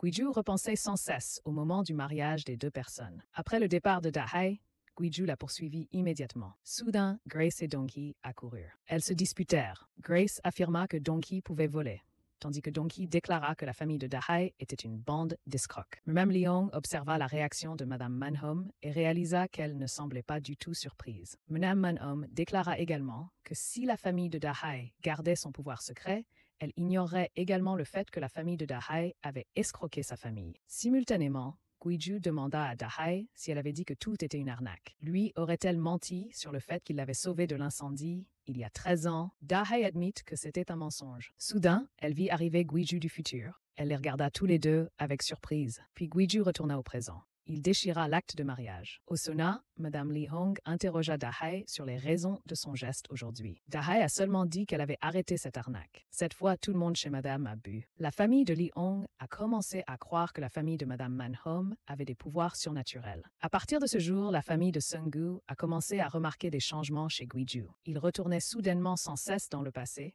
ce qui inquiétait toute la famille car il ne connaissait pas ses allées et venues. Ina dormait en classe lorsque son petit ami est venu lui demander d'aller manger des nouilles épicées. Ina a refusé. Son petit ami a dit que Hyrim allait aussi. En même temps, Hyrim est venu demander à Ina de venir manger et lui a enlevé ses lunettes. Grâce à cela, Ina a lu dans les pensées de Hyrim. Hyrim pensait qu'Ina ne devait pas les accompagner. Se rendant compte que Hyrim mentait, Ina a violemment repoussé Hyrim et a couru dehors, tandis que ses camarades de classe se moquaient d'elle. Tout le monde pensait que Hyrim était généreuse, mais Ina ne comprenait pas ce qui se passait. Ina a laissé tomber ses lunettes en classe et a oublié de les reprendre. Son petit ami les a ramassées. Ina a couru dans la rue et a failli avoir un accident. Les gens autour d'elle accoururent pour l'aider, mais grâce à ses capacités, Ina sentit qu'ils étaient ennuyeux et les maudit intérieurement. Ina se sentait effrayée et malheureuse. Elle courut immédiatement au bain pour trouver Da-hae, mais Da-hae n'était pas chez elle. Ina fut accueillie par Mme Leong et Young-tae. Mme Leong prit l'initiative de proposer à Ina de l'eau de riz et des œufs. Elle voulait sonder Ina, mais la jeune fille était très intelligente et ne révéla rien. Alors Mme Leong ouvrit la porte pour que Da-hae descende. Mme Leong dit de profiter de Ina à ce moment-là. Si Da-hae réussit bien cela, elle pourrait pardonner à Da-hae d'avoir gâché le mariage. Il s'avère que Da-hae a été enfermée pour avoir ruiné le plan. Da-hae va parler à Ina. Ina réalise que Da-hae est enfermée, alors Da-hae lui couvre les yeux et lui parle. Ina dit qu'elle a perdu ses lunettes et qu'elle a accidentellement regardé dans les yeux de quelqu'un d'autre, alors elle a eu très peur. Da-hae est la seule personne que Ina n'a pas peur de voir lorsqu'elle perd ses lunettes. Comme elle se sent mal à l'aise, Da-hae prend l'initiative de mener Ina acheter de nouvelles lunettes. Les deux croisent Mme Lee Hong et elle retient Ina, alors Ina lit dans ses pensées. Après que les deux aient acheté des lunettes, Da-hae appelle Guiju pour qu'il vienne chercher Ina. Ina voit cela et prévient Da-hae qu'elle a lu dans les pensées de Mme Leong plus tôt. Si Da-hae laisse Ina partir maintenant, Mme Leong ne laissera pas Da-hae tranquille. Da-hae a ignoré les paroles d'Ina et a quand même ramené Ina à Guiju. Voyant Ina avec la personne qui a trompé sa famille, Guiju lui a demandé avec inquiétude si elle allait bien. Ina a simplement dit qu'elle était venue elle-même chez Da-hae et que Da-hae l'avait nourrie et lui avait acheté une nouvelle paire de lunettes. Guiju a conduit Ina dans la voiture, puis il est sorti pour parler à Da-hae. Da-hae, lui, a dit de bien s'occuper d'Ina. Guiju a raconté qu'il y a 13 ans, son capitaine avait risqué sa vie pour sauver une étudiante lors d'un incendie dans son école. Si ce n'était pas lui qui l'a sauvée,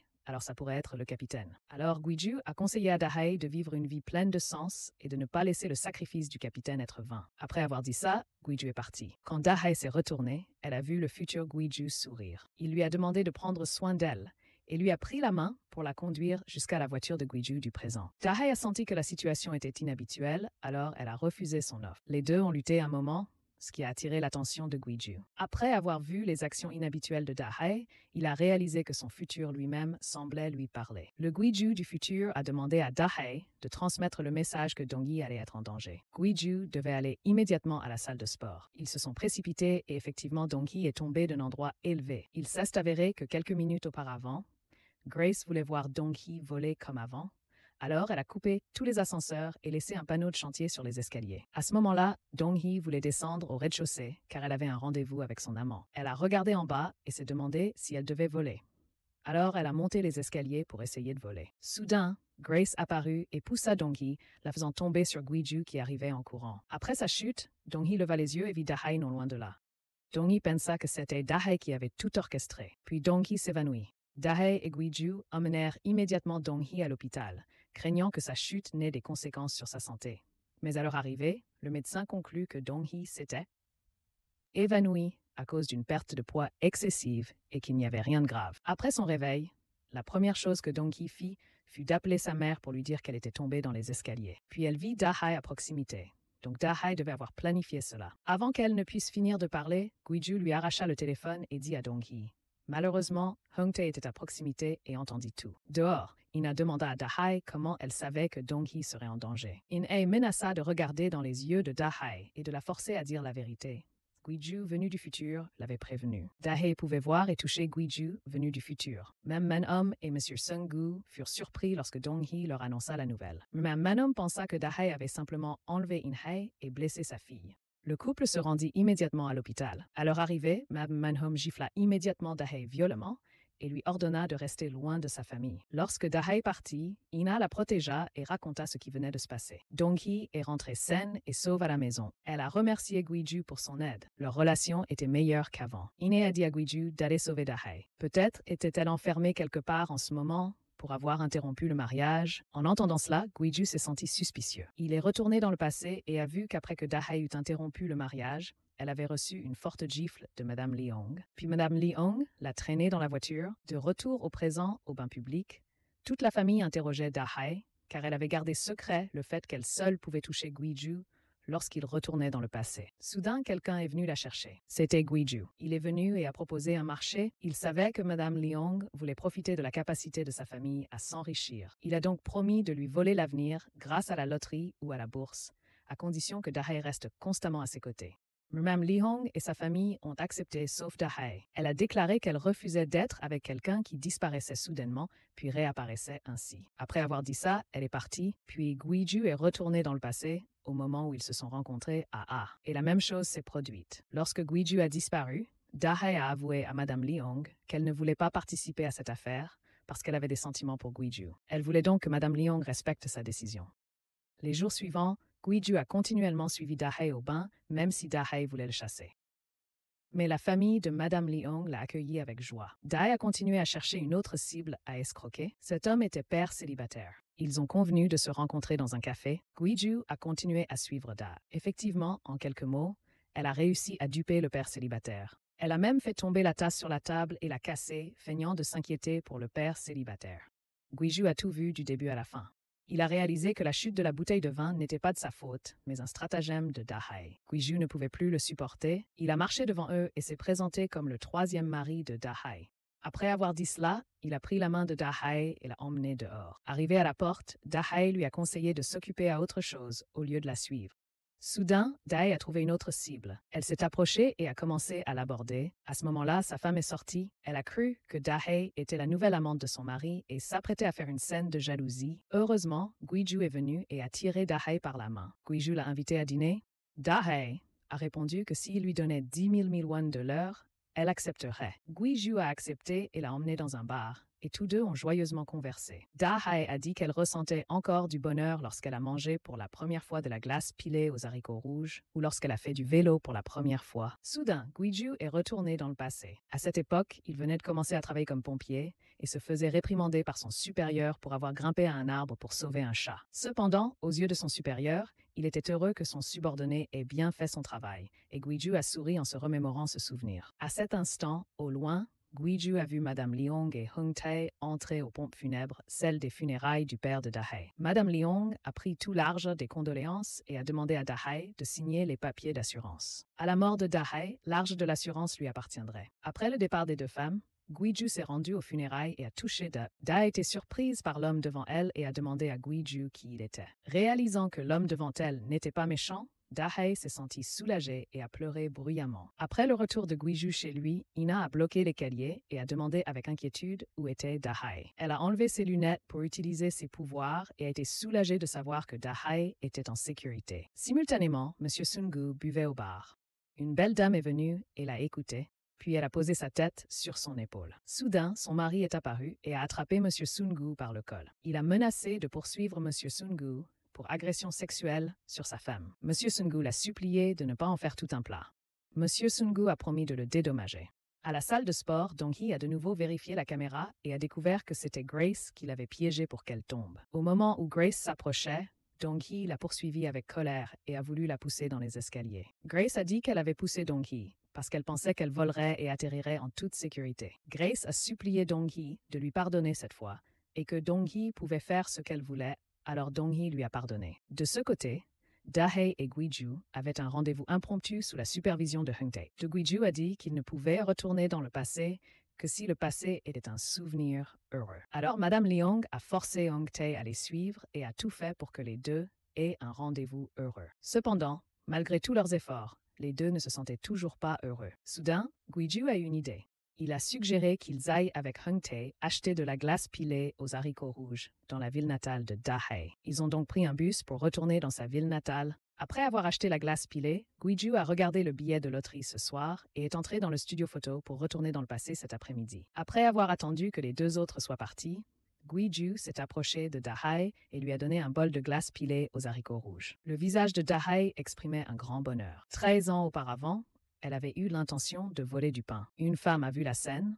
Non seulement elle n'a pas dénoncé Da-hye, mais elle a aussi pris l'initiative de payer. Puis elle a offert à Da-hye de la glace pilée aux haricots rouges que Da-hye goûtait pour la première fois. La femme a reconnu Da-hye comme l'étudiante du lycée qui a brûlé la dernière fois, alors elle a fait ça. Se remémorant ses souvenirs, Da-hye a pleuré en savourant le repas. Guiju a également donné à Da-hye le billet de loterie gagnant et lui a dit qu'il était à elle. Elle devait l'utiliser pour rembourser la dette de Leon. Da-hye a aussi dit que dans ses bagages, il y avait une relique laissée par la personne qui l'avait sauvée, une bague. Elle espérait qu'il puisse la rendre à la famille du capitaine. Puis Guiju est revenu sous le regard de Hung-tae.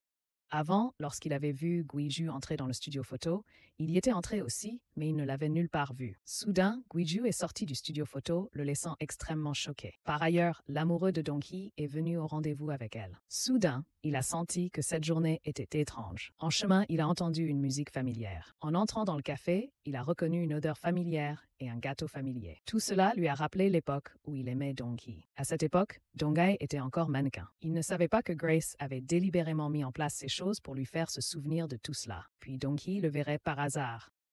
Il lui dit qu'aujourd'hui, son image était tout ce qui occupait son esprit. Il pensait qu'ils allaient recommencer une relation amoureuse comme avant, mais il a seulement demandé s'ils obtiendraient un immeuble de 50 milliards après leur mariage. N'est-ce pas? Cela a surpris les deux filles. À cause de ça, Dong-hee a continué à perdre du poids. Elle croyait qu'après être revenue à sa silhouette de mannequin d'origine, son amant se soucierait davantage d'elle. À force de s'entraîner excessivement, Dong-hee s'est évanouie. Grace l'a rapidement emmenée au sauna pour qu'elle se repose. Les deux sont devenus plus proches après cet incident. Au lycée, Inai a été harcelée pour ses actes de la veille. Elles ont jeté le téléphone d'Ini par terre, le cassant. Voyant cela, Hung-tae est intervenu pour les arrêter. Ce n'est qu'alors que les harceleuses sont parties. Inye voulait retourner au sauna pour revoir Da-hye. De retour au sauna, Inai était déprimée parce que personne ne jouait avec elle. Hung-tae jouait avec In-hee. Celui ou celle qui perdait se faisait taper le front. Cela stimulait son esprit de compétition. Inye enleva immédiatement ses lunettes et joua à ce jeu, ce qui eut pour résultat que le front de Hung-tae devint rouge vif. Madame Leong vit cela et commença à se méfier.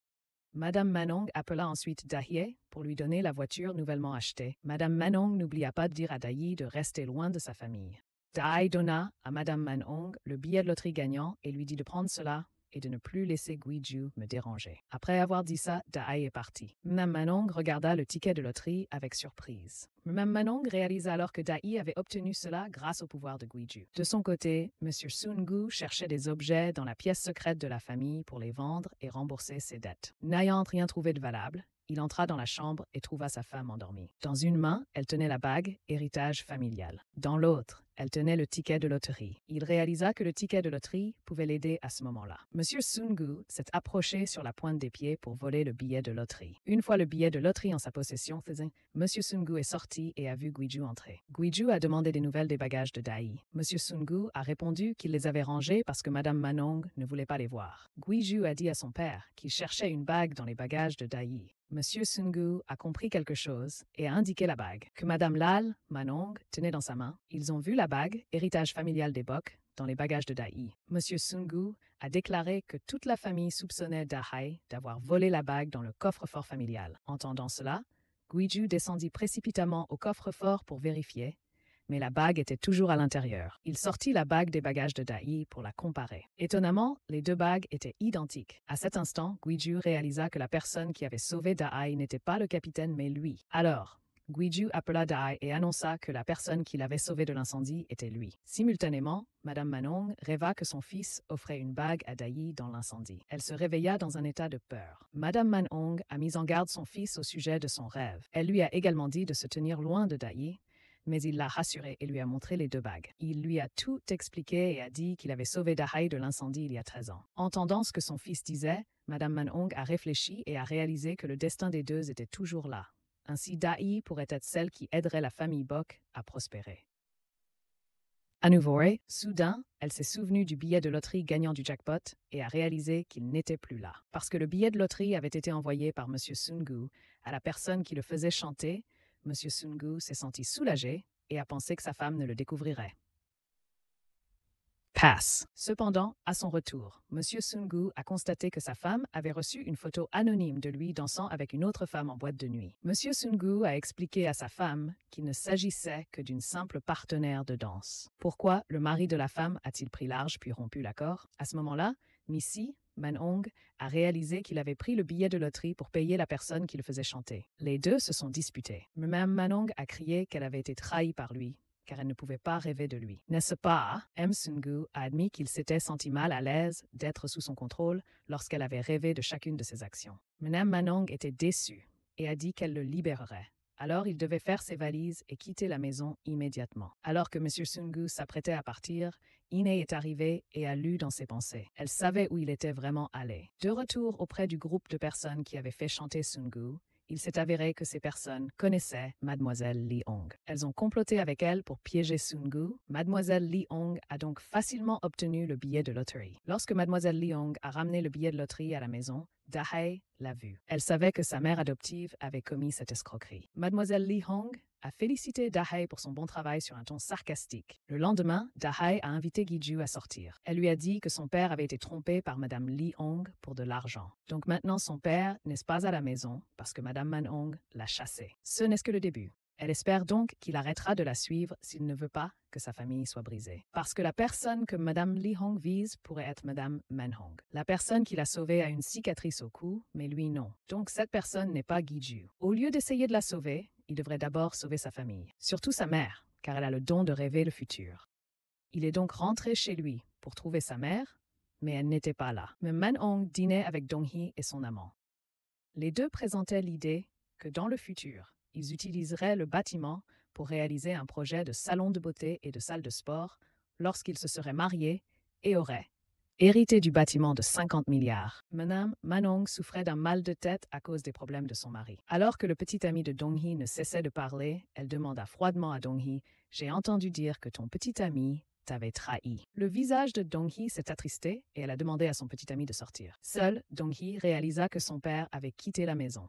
Elle a dit que son père était parti parce qu'il était contrarié par le contrôle de sa mère. Même elle avait dû renoncer à son rêve pour suivre les souhaits de sa mère, y compris se marier. Après avoir dit ça, elle est sortie. Ensuite, Madame Manong est sortie pour payer. Mais pour une raison quelconque, sa carte n'a pas pu être débitée, alors qu'elle se demandait quoi faire. Madame Li Hong est soudainement apparue et a réglé l'addition pour Madame Manong sans hésitation. Puis, Madame Li Hong a dit que le teint de Madame Manong n'avait pas l'air très bon. Mme Li Hong a même invité Mme Manong au sauna. À la maison, Guiju fouilla dans la poche de son père. Se rendre compte que son père était allé à la salle de danse a été la cause directe de son départ. Anna se fait harceler par toute la classe à cause de ce qui s'était passé l'autre jour. Les camarades de classe disent qu'Ina fait semblant d'être gentille et qu'elle est aussi prise en charge par un oncle gangster. Harim lui prend la main et fait semblant de s'occuper d'Ina. Mais Ina lit dans les pensées de Harim et la repousse. Le professeur principal appelle Giju car Ina est absente sans autorisation. Inquiet, il se rend au sauna pour demander à Dahai de chercher Ina avec lui. Ils ne peuvent pas appeler Ina car son téléphone est cassé. Alors que les deux sont désemparés, Kim Tae apparaît et dit qu'il connaît les endroits où Ina va souvent car il la suit souvent. Il emmène donc les deux aux endroits où elle va souvent.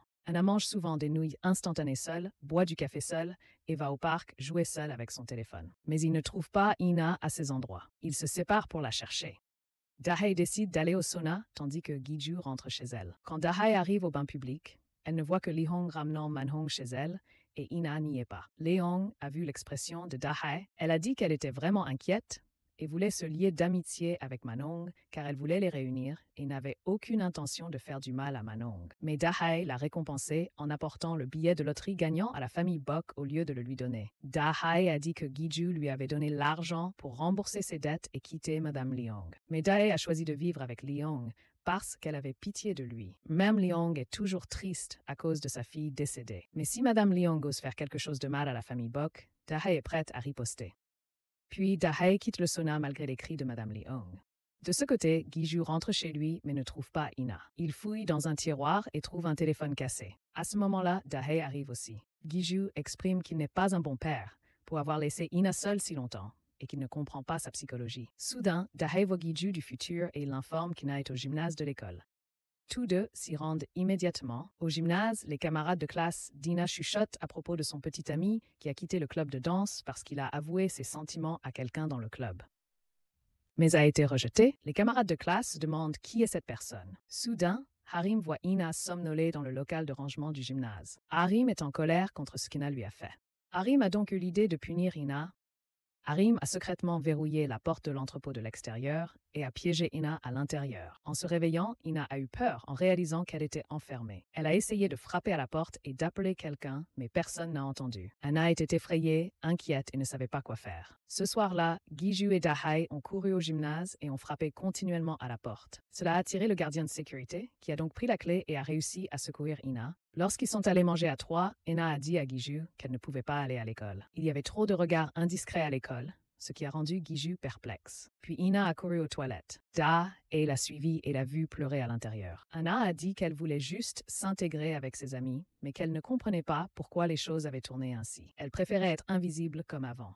Dahai a écouté Ina et elle a partagé qu'elle avait vécu une situation similaire. Dahai a été enfermée une fois dans un entrepôt sans que personne ne le sache. Puis il y a eu un incendie et heureusement quelqu'un est venu sauver Dahai. Dahai voulait faire comprendre à Ina que quelle que soit la difficulté, il y aurait toujours quelqu'un prêt à la surmonter pour l'aider. Les encouragements de Dahai ont réchauffé Ina et l'ont moins inquiétée. En sortant, Dahai a conseillé à Giju de ne pas poser trop de questions sur l'école plus tard. Il lui suffirait de regarder Ina dans les yeux pour avoir la réponse. Ensuite, le père et la fille sont allés au parc.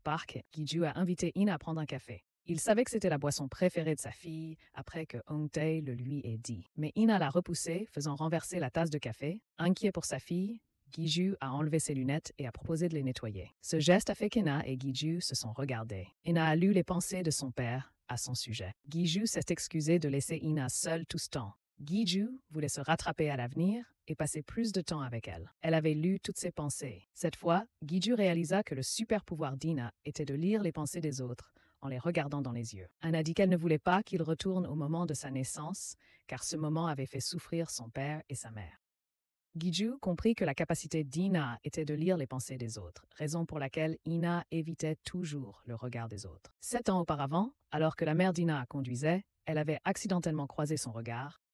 Ina lut les pensées de sa mère qui disait qu'elle était née le jour de l'incendie. Ina demanda innocemment à sa mère si sa naissance était une erreur. La mère d'Ina fut surprise par la question d'Ina, elle conduisit et eut un accident. Depuis lors, Ina a toujours pensé que sa naissance était une erreur. Cela a rendu Ina coupable tout ce temps. Après avoir appris la situation de sa fille, Giju a serré Ina dans ses bras et a continué de s'excuser de ne pas connaître ses pensées. Il a dit que le moment de sa naissance avait une signification très spéciale pour lui. Cette fois, Ina a vu quelqu'un dont le regard dans ses yeux ne lui faisait plus peur. Au contraire, elle s'est sentie plus chaleureuse. C'était son père. Puis Giju a aidé Ina à apprendre à faire du vélo. Quand Ina a su faire du vélo, Dahai, Giju et Ina étaient tous très heureux. Au sauna, Madame Manum s'est réveillée et a raconté son rêve. La fille aînée de Madame Leong était toujours en vie. Madame Leong va bientôt serrer l'enfant dans ses bras pleurer et dire que c'est une chance que son enfant soit toujours en vie. Il s'est avéré que Dai avait rencontré Madame Man-eum auparavant et lui avait dit que Madame Li-hong avait une fille, mais qu'elle était morte jeune, alors que Madame Li-hong était en prison. Si Madame Man-eum parlait de la fille décédée de Madame Hong, elle aurait l'initiative et Madame Li-hong hésiterait. Par ailleurs, Dong-hee montait les escaliers sous l'entraînement de Grace pour perdre du poids. Puis les deux sont allés sur le toit. Grace a demandé à Dong-hee de la laisser voler grâce à son pouvoir, mais Dong-hee a refusé. En faisant du vélo, Ina a retrouvé son petit ami. Elle était désemparée et s'apprêtait à partir, mais son petit ami l'a rappelé et lui a donné une paire de lunettes. Son petit ami a dit que si Ina le détestait autant, il ferait de son mieux pour les éviter lorsqu'ils se croiseraient au lycée. Après avoir dit cela, son petit ami est parti. Soudain, Ina a exprimé ses sentiments pour son petit ami, le surprenant. En même temps, Gi-ju et Dai se parlaient. Gi-ju a réalisé que Dai connaissait les capacités d'Ina. Soudain, Gi-ju est retourné au moment de la naissance d'Ina. En regardant sa famille sous ses yeux, Gi-ju s'est senti extrêmement heureux. À son retour, il a dit qu'il sauverait Dai. Après cela, Gi-ju sortit 2 alliances et les mit à leurs 2 doigts. Cette fois, Gi-ju avoua qu'il l'aimait. Les deux se regardèrent et s'embrassèrent passionnément. Pendant ce temps, Madame Man-eum faisait un cauchemar concernant Gi-ju. Madame Man-eum se rendit à la salle de danse où son mari était assis et cria son nom, le forçant à partir. Après avoir vu Madame Man-eum, il paniqua et dit qu'il risquait de mourir, ainsi que son fils. Dai retourna chez les Bak. Toute la famille l'a accueilli. Ils ont déjeuné ensemble dans une atmosphère inconfortable. Gi-ju ne l'a pas remarqué. Il a dit joyeusement que cela ressemblait à un rêve que toute la famille dîne ainsi. Il s'est avéré que Madame Man-eum était venue voir Dai auparavant et lui avait parlé de son rêve. Dans ce rêve, leur famille organisait des funérailles pour Gi-ju. C'était des funérailles sans corps. Il était donc possible qu'il y a 13 ans, il ait sauvé Dai et soit mort dans cet incendie. En entendant cela, Dai a voulu empêcher Gi-ju de retourner dans le passé. Mais Madame Man-eum a dit qu'elle avait essayé de changer son rêve en apprenant la mort de son père, mais qu'elle avait échoué. Elle voulait donc que Gi-ju soit heureuse dans ses derniers moments, même si elle devait compter sur un escroc. Elle a donc demandé à Dai de retourner chez elle pour aider Gi-ju à passer des moments heureux. Au lycée, tout le monde savait que Irim avait intentionnellement enfermé Inae dans l'entrepôt. Cette fois, Irim a été rejeté par ses amis pour avoir mené une vie hypocrite, tandis qu'Inae et son petit ami étaient désormais en couple. Irim est allé voir Inae et lui a expliqué qu'elle n'avait pas fait ça. Cependant, Inae a répondu que Irim devait bien cacher ses sentiments. Maintenant, tout le monde connaît la vraie nature de Irim. Après avoir dit cela, Inae courut vers son petit ami, laissant Irim seul et triste. À la maison, Gi-ju suggéra à son père de déménager toute la famille dans une maison plus petite, car la famille ne pouvait plus supporter les dépenses liées à leur grande maison. Monsieur Seung-gu voulait refuser car cette maison était celle où la famille Bok vivait depuis des générations. Soudain, Madame Man-eum apparut et accepta la demande de Gi-ju. Puis, elle lui fit signe d'entrer dans la pièce. Il s'avéra qu'elles avaient conclu un pacte pour leur fils. Lorsque le moment serait venu pour Gi-ju de mourir, elle divorcerait. Madame Man-eum voulait que Monsieur Seung-gu et Dong-hee gardent ce secret à Gi-ju. La maison de 50 milliards appartiendrait également à Dong-hee. Tous ont eu le cœur brisé en apprenant que Gi-ju allait mourir, et Gi-ju voulait revenir sur ces moments. Inae est née pour sauver Da-hae, mais elle l'a arrêté. Elle voulait qu'il la sauve il y a 13 ans lorsqu'ils se sont mariés. Au bain public, Madame Li-hong avait préparé un complot. Il s'est avéré que Tae n'était pas le mari de Li-hong, mais le frère cadet de Madame Li-hong. Pour l'instant, Da-hae ne connaissait pas le complot de sa mère adoptive. Elle vivait des jours heureux avec Gi-ju et Inae. Seuls Inae et Gi-ju ne savaient pas que Gi-ju mourrait s'il retournait sauver Da-hae. 5 jours plus tard, Gi-ju et Da-hae sont allés en voiture à la mer ensemble. Les deux ont joyeusement parlé d'un film et se sont disputés sur la couleur de la chemise de l'actrice principale. Ils ont tous deux parié que celui qui perdait devrait exécuter une condition imposée par l'autre. Alors que Gi-ju s'apprêtait à vérifier en ligne, Da-hae lui a conseillé de retourner au moment où il a regardé le film pour confirmer, et il a joyeusement accepté. Inopinément, à son retour, la voiture a eu un accident. Da a disparu.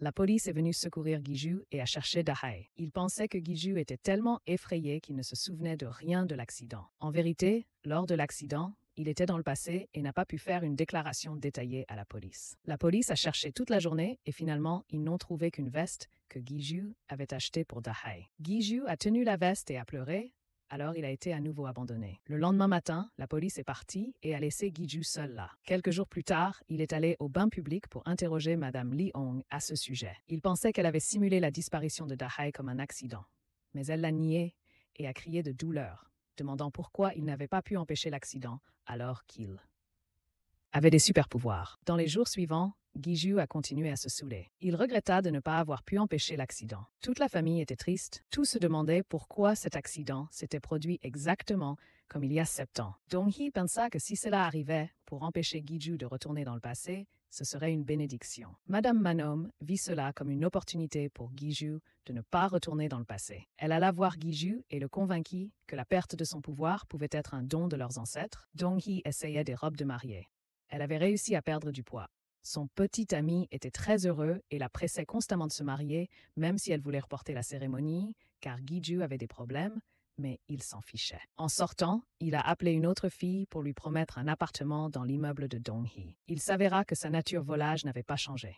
À la casse, Guiju essayait toujours de retrouver la voiture impliquée dans l'accident, cherchant des informations sur la disparition de Dai. Cela agaçait tout le monde.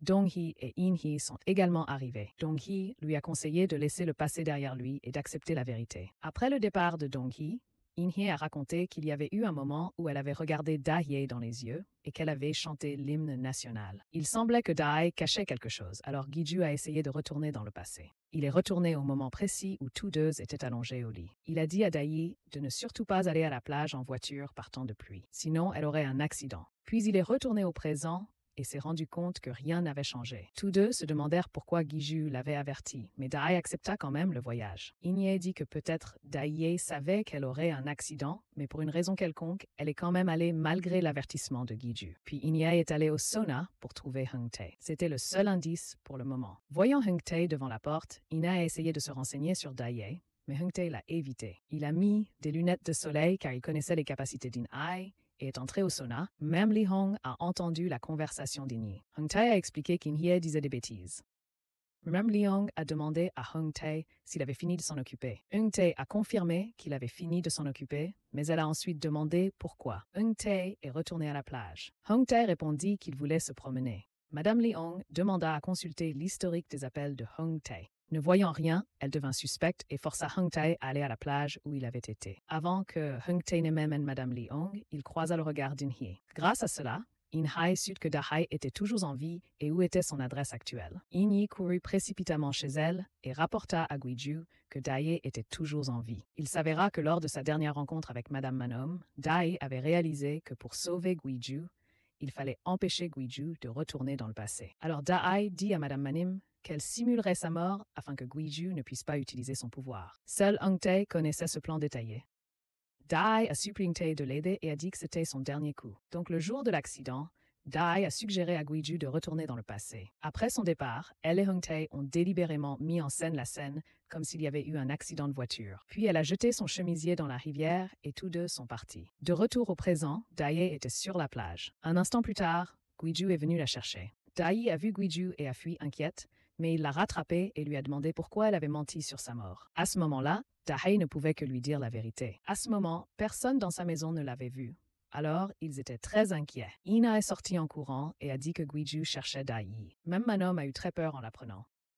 Enna a remarqué la réaction étrange de Madame Manom. Elle a enlevé ses lunettes et a lu les pensées de Madame Manom. Cette fois, Ina et Guiju ont tous deux réalisé qu'il y avait une possibilité que Guiju meure s'il retournait. Ils ont tous deux compris que Da-hye avait tout fait pour assurer la sécurité de Guiju. Même s'il devait vivre dans le tourment, elle mourrait. Le bonheur de Guiju n'était pas important, du moment que cela le maintenait en vie. Guiju a dit que c'est grâce à sa rencontre avec elle qu'il a pu échapper à sa longue dépression. S'il ne l'avait pas sauvé par le passé, il n'aurait pas été heureux non plus. Les deux se sont enlacés et embrassés passionnément, passant un moment heureux sur la plage. Le lendemain, Guiju est allé acheter le petit déjeuner et y a rencontré Madame Lee Hong et Hung-tae. En voyant Guiju acheter 2 portions, elle était sûre que Dai était toujours en vie. Mais elle se demandait pourquoi Dai aurait trompé Guiju juste pour s'enfuir. Guiju a dit que Dai fuyait lui et non elle, et il a expliqué qu'il retournerait dans le passé pour la sauver de l'incendie il y a 13 ans et qu'il aurait pu mourir dans cet incendie. Alors, Dai a simulé sa mort pour le maintenir en vie. Dai s'est réveillée et n'a pas vu Guiju. Elle a paniqué et a couru hors de la maison, puis a vu Guiju revenir après avoir acheté de la nourriture. Ce n'est qu'alors que Da-hye a poussé un soupir de soulagement. Ensuite, ils ont pris leur petit déjeuner ensemble sur la plage. Da-hye a regardé le cou de Guiju, qui n'avait toujours pas de cicatrice, et elle s'est sentie soulagée. Da-hye a dit que tout le monde dans la maison était au courant, sauf Ina-hye.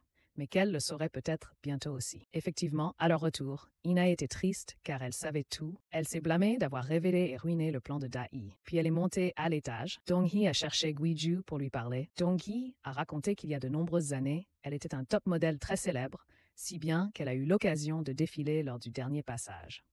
La place la plus prestigieuse sur le podium. Cependant, Madame Manhong a empêché Dong-hee, disant qu'elle avait fait un rêve où la mannequin du dernier passage tombait et se blessait grièvement. Par conséquent, Dong-hee n'est pas allée sur le podium, si bien qu'une autre personne a dû la remplacer avec des chaussures faites spécialement pour Dong-hee. Comme les chaussures ne lui allaient pas, la malheureuse jeune fille est tombée et a atterri sur le sol, exactement comme Madame Manhong l'avait prédit. Dong-hee a réalisé qu'elle avait pris une mauvaise décision. Elle le regrettait et était triste. Son rêve de devenir mannequin a disparu et depuis, Dong-hee mange constamment et est devenue très grosse. De son côté, Madame Manhong remercie Dai. Grâce à cela, Madame Manhong sait que Dai a aidé Guiju de tout son cœur. Dai convainc Madame Manhong qu'elle trouvera un autre moyen d'empêcher Guiju de retourner dans le passé. Cette fois, Madame Manhong conseille à Dai de suivre son rêve, car si elle rêve, cela se réalisera forcément. Ce pouvoir n'est pas une bonne chose. C'est une malédiction, car elle rêve toujours de malheur pour ses enfants.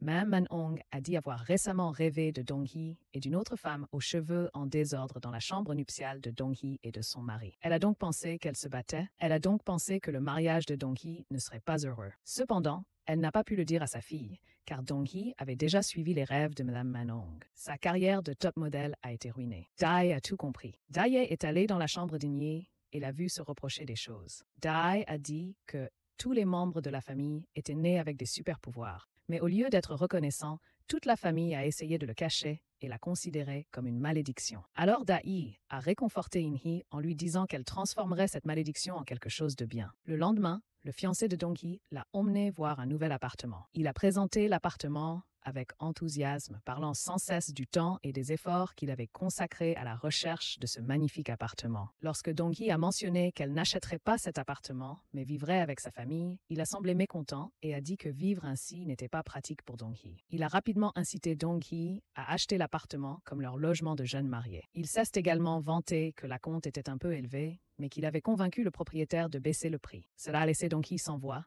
Il a eu une liaison avec sa maîtresse, ce que Dai a découvert. Dai a pris une photo du fiancé de Dong-hee en train de tromper sa fiancée, puis elle a envoyé la photo sur son téléphone et l'a menacé. Il devait lui donner 200 000 ou annuler le mariage avec Dong-hee et disparaître. Il a refusé et a repris son téléphone pour supprimer la photo. In-tae est soudainement apparu, lui a tiré sa chemise et l'a empêché d'oser toucher à Dai de nouveau. Puis Dai a acheté du lait à Young-tae et lui a demandé s'il allait bien. Lee-hong savait qu'il avait menti pour protéger Dai. Young-tae répondit simplement qu'il ne devait pas s'ingérer dans les affaires familiales des autres. Dai refusa, déclarant que sans Guiju, il y a 13 ans, elle serait morte dans l'incendie. Young-tae rentra chez lui et rapporta l'incident à Madame Lee-hong. Elle réalisa que Dai et Guiju avaient tous essayé de se sauver l'un l'autre. Elle appela Grace et leur demanda à tous les deux d'aider Dai à mettre le petit ami de Dong-hee dehors. Chez Guiju, il rendit visite à Dong-hee et découvrit que sa sœur mangeait des encas en cachette. Dong-hee était triste parce que ses pouvoirs n'étaient pas revenus, même si elle avait essayé de perdre du poids. Guiju retourna dans le passé lorsque les deux sœurs étaient jeunes. À cette époque, le petit Guiju était à l'hôpital à cause de la malnutrition. Il ne voulait même pas manger de riz, alors Dong-hee, qui était une fille rondelette, a mangé le riz de Guiju. Voyant sa sœur manger avec délice, Guiju a exprimé qu'il voulait aussi manger du riz. Alors Dong-hee la nourrit, et les deux sœurs ont ri et parlé joyeusement. À ce moment-là, Dong-hee volait partout sans se soucier de son poids. Par conséquent, Guiju a réalisé que ce n'était pas son poids qui empêchait les super-pouvoirs de Dong-hee. Elle pouvait voler parce qu'elle était heureuse. Alors il a dit à Dong-hee de rompre avec son petit ami parce qu'elle n'était pas heureuse dans ce mariage. Cependant, Dong-hee hésitait encore. Le lendemain, le fiancé de Dong-hee trouva un endroit pour emprunter l'argent afin d'obtenir les 200 000 won. Alors qu'il était déprimé et ne savait pas où trouver de l'argent, In-tae l'approcha et lui présenta un endroit pour emprunter de l'argent. Une fois que le petit ami de Dong-hee eut rassemblé les 200 000 won, il les donna à Dai, ce qui l'a surpris. Son plan avait donc échoué. Dès son départ, Grace alla voir Dai et lui dit « Je suis contente que tu sois vivante. » Grace convainquit Dai de la laisser participer à l'arnaque. Grace ne voulait pas voir Dong-hee se briser à cause de ce terrible petit ami. Alors, lorsque le groupe a découvert que le fiancé de Dong-hee avait emmené sa maîtresse dans la maison des jeunes mariés pour avoir une liaison, Grace immédiatement emmenait Dong-hee là-bas. Après que Dong-hee eut tout vu, il s'est agenouillé et a présenté ses excuses à Dong-hee, mais elle ne lui a pas pardonné et a insisté pour rompre. Dong-hee a également annulé le contrat de la maison et a réclamé l'argent qu'il lui devait encore. À ce moment-là, Da-hee est apparue avec 200 000 won et a dit qu'elle avait déjà demandé de l'argent pour Dong-hee. En les voyant agir amicalement l'une avec l'autre, il a réalisé qu'il avait été dupé. Il a immédiatement couru après les deux filles pour récupérer l'argent. Ce faisant, il a accidentellement poussé Grace dans les escaliers. Dong-hee a vu cette scène. Sans trop réfléchir, elle se précipita malgré l'inquiétude de voir son pouvoir révélé et réussit à sauver Grace. Grace regarda Dong-hee avec des yeux reconnaissants. Toutes deux survolaient la ville avec excitation. De retour, leurs cheveux étaient décoiffés par le vent. Daye réalisa que cette scène correspondait exactement au rêve de Madame Manhome. Cependant, elle pleurait de joie. Ce que Madame Manhome avait rêvé n'était pas entièrement vrai. Les trois filles s'embrassèrent joyeusement. Cependant, l'ex-petite amie de Dong-hee a tout vu. Il a sorti son téléphone et a filmé Dong-hee volant dans le ciel. Dong-hee a rapporté de l'argent à sa mère et s'est exclamé qu'elle avait failli tomber. Dae lui a tout raconté ce qui était arrivé à Dong-hee. Dae a affirmé que grâce au rêve de Madame Manhome, elles avaient eu le temps de se préparer à l'avance, si bien que tout le monde avait plus d'espoir de sauver Giju. Toute la famille a ri et a bavardé joyeusement. De l'autre côté, Ina a été invitée par Giju au parc d'attractions. Le père et la fille ont passé un moment heureux ensemble. Giju a acheté de la barbe à papa pour sa fille. Il a dit qu'il sauverait Dae et rendrait tout le monde heureux. Et le moment où Ina est née a été le beau cadeau pour lui. Il a donc conseillé à Ina de ne pas être complexée. La capacité d'Ina est une grande capacité. Cela a résolu le problème qui était dans son cœur depuis si longtemps. Le père et la fille se sont étreints avec émotion. À ce moment-là, Dae est retourné au sauna pour voir sa mère. À ce moment-là, Madame Manhome arriva également. Mme Lee Hong donna à Madame Manhome le billet de loterie gagnant et lui demanda de laisser Giju et Dae se marier. En entendant cela, Dae fut extrêmement surprise. Elle réalisa que sa mère était le cerveau de l'arnaque de l'ex-petite amie de Dong-hee la dernière fois.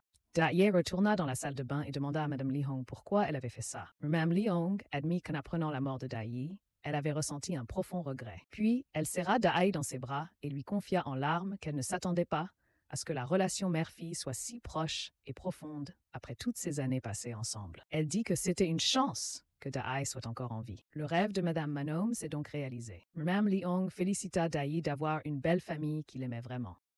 Mme Lee Hong dit à Dae de vivre heureusement avec Guiju. Dae fut émue d'entendre ces paroles. Elle ne s'attendait pas à ce que sa mère adoptive se soucie vraiment d'elle. Ce soir-là, Guiju offrit à la famille le plat de poisson que M. Seung-gu avait préparé. Toute la famille ressentit une vague de nostalgie. Guiju révéla qu'il était retourné dans le passé et avait appris la recette de cuisine de M. Seung-gu. Tout le monde était heureux car il savait utiliser son don. À l'école, In-hae et ses amis s'entraînaient activement à danser pour participer à un concours prochain. Aerim ne faisait plus partie du groupe de danse car elle avait été mise à l'écart. Cependant, In-hae souhaitait sincèrement le retour de Hirim. Madame Manhome continuait à faire des cauchemars à propos de cet incendie. Lorsqu'elle se réveilla en panique, M. Seung-gu lui apporta un verre d'eau et lui proposa de lui jouer une chanson. Puis Madame Manhome sortit et vit son mari s'entraîner à danser. Il l'invita à danser sur la musique mélodieuse. Grâce à cela, ils ne se disputaient plus. Guiju vit ses parents heureux de loin. Son visage sourit involontairement. À cet instant, il retourna au passé, lorsque ses parents étaient jeunes. Les deux dansaient ensemble. Tout le monde était sans couleur. Soudain, une petite fille colorée passa en courant. C'était Dae, lorsqu'elle était jeune. Guiju a suivi la fille pendant un moment. Il s'est rendu compte qu'elle était taquinée par ses amis parce qu'elle ne savait pas faire du vélo. Alors Guiju s'est avancé et a tenu le vélo pour elle. Ce moment les a rendus heureux tous les deux. La petite Dae était heureuse et n'a pas remarqué que quelqu'un l'aidait derrière. Soudain, les environs sont devenus colorés. Guiju a été surpris. C'était la première fois qu'il retournait dans le passé avec autant de vivacité. En aidant la petite Dae, il s'est accidentellement blessé à une branche d'arbre. De retour à la maison, Guiju découvrit qu'à cause de cette branche, il avait une cicatrice au cou. Sachant que son temps était compté, Guiju retint ses larmes et alla manger avec sa famille. Le lendemain, lorsqu'il alla à la pharmacie se renseigner sur sa cicatrice, le pharmacien supposa qu'il était allergique aux plantes et qu'elle guérirait rapidement en une demi-journée. À une semaine. Il lui restait donc au plus une semaine.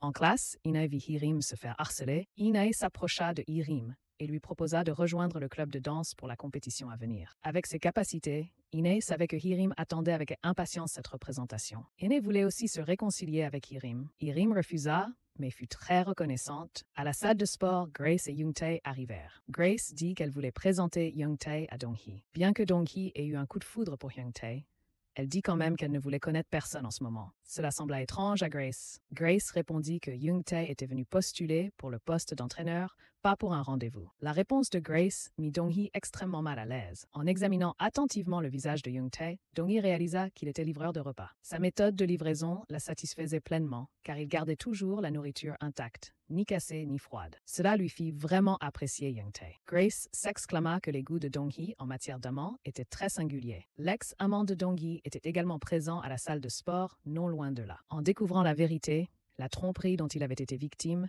il fut extrêmement en colère. Ce soir-là, il alla voir Dong-hee et la supplia de revenir auprès de lui. Autrement, il posterait en ligne la vidéo de sa performance aérienne. Dong-hee a dit que ces vidéos pouvaient être faites avec un logiciel de montage. Après avoir dit cela, Dong-hee est parti. Il avait l'intention de la poursuivre, mais à ce moment-là, Young-tae est arrivé et l'a effrayé. Young-tae a jeté son téléphone dans l'étang et est parti, le laissant le chercher. Même Manong a continué à rêver du feu.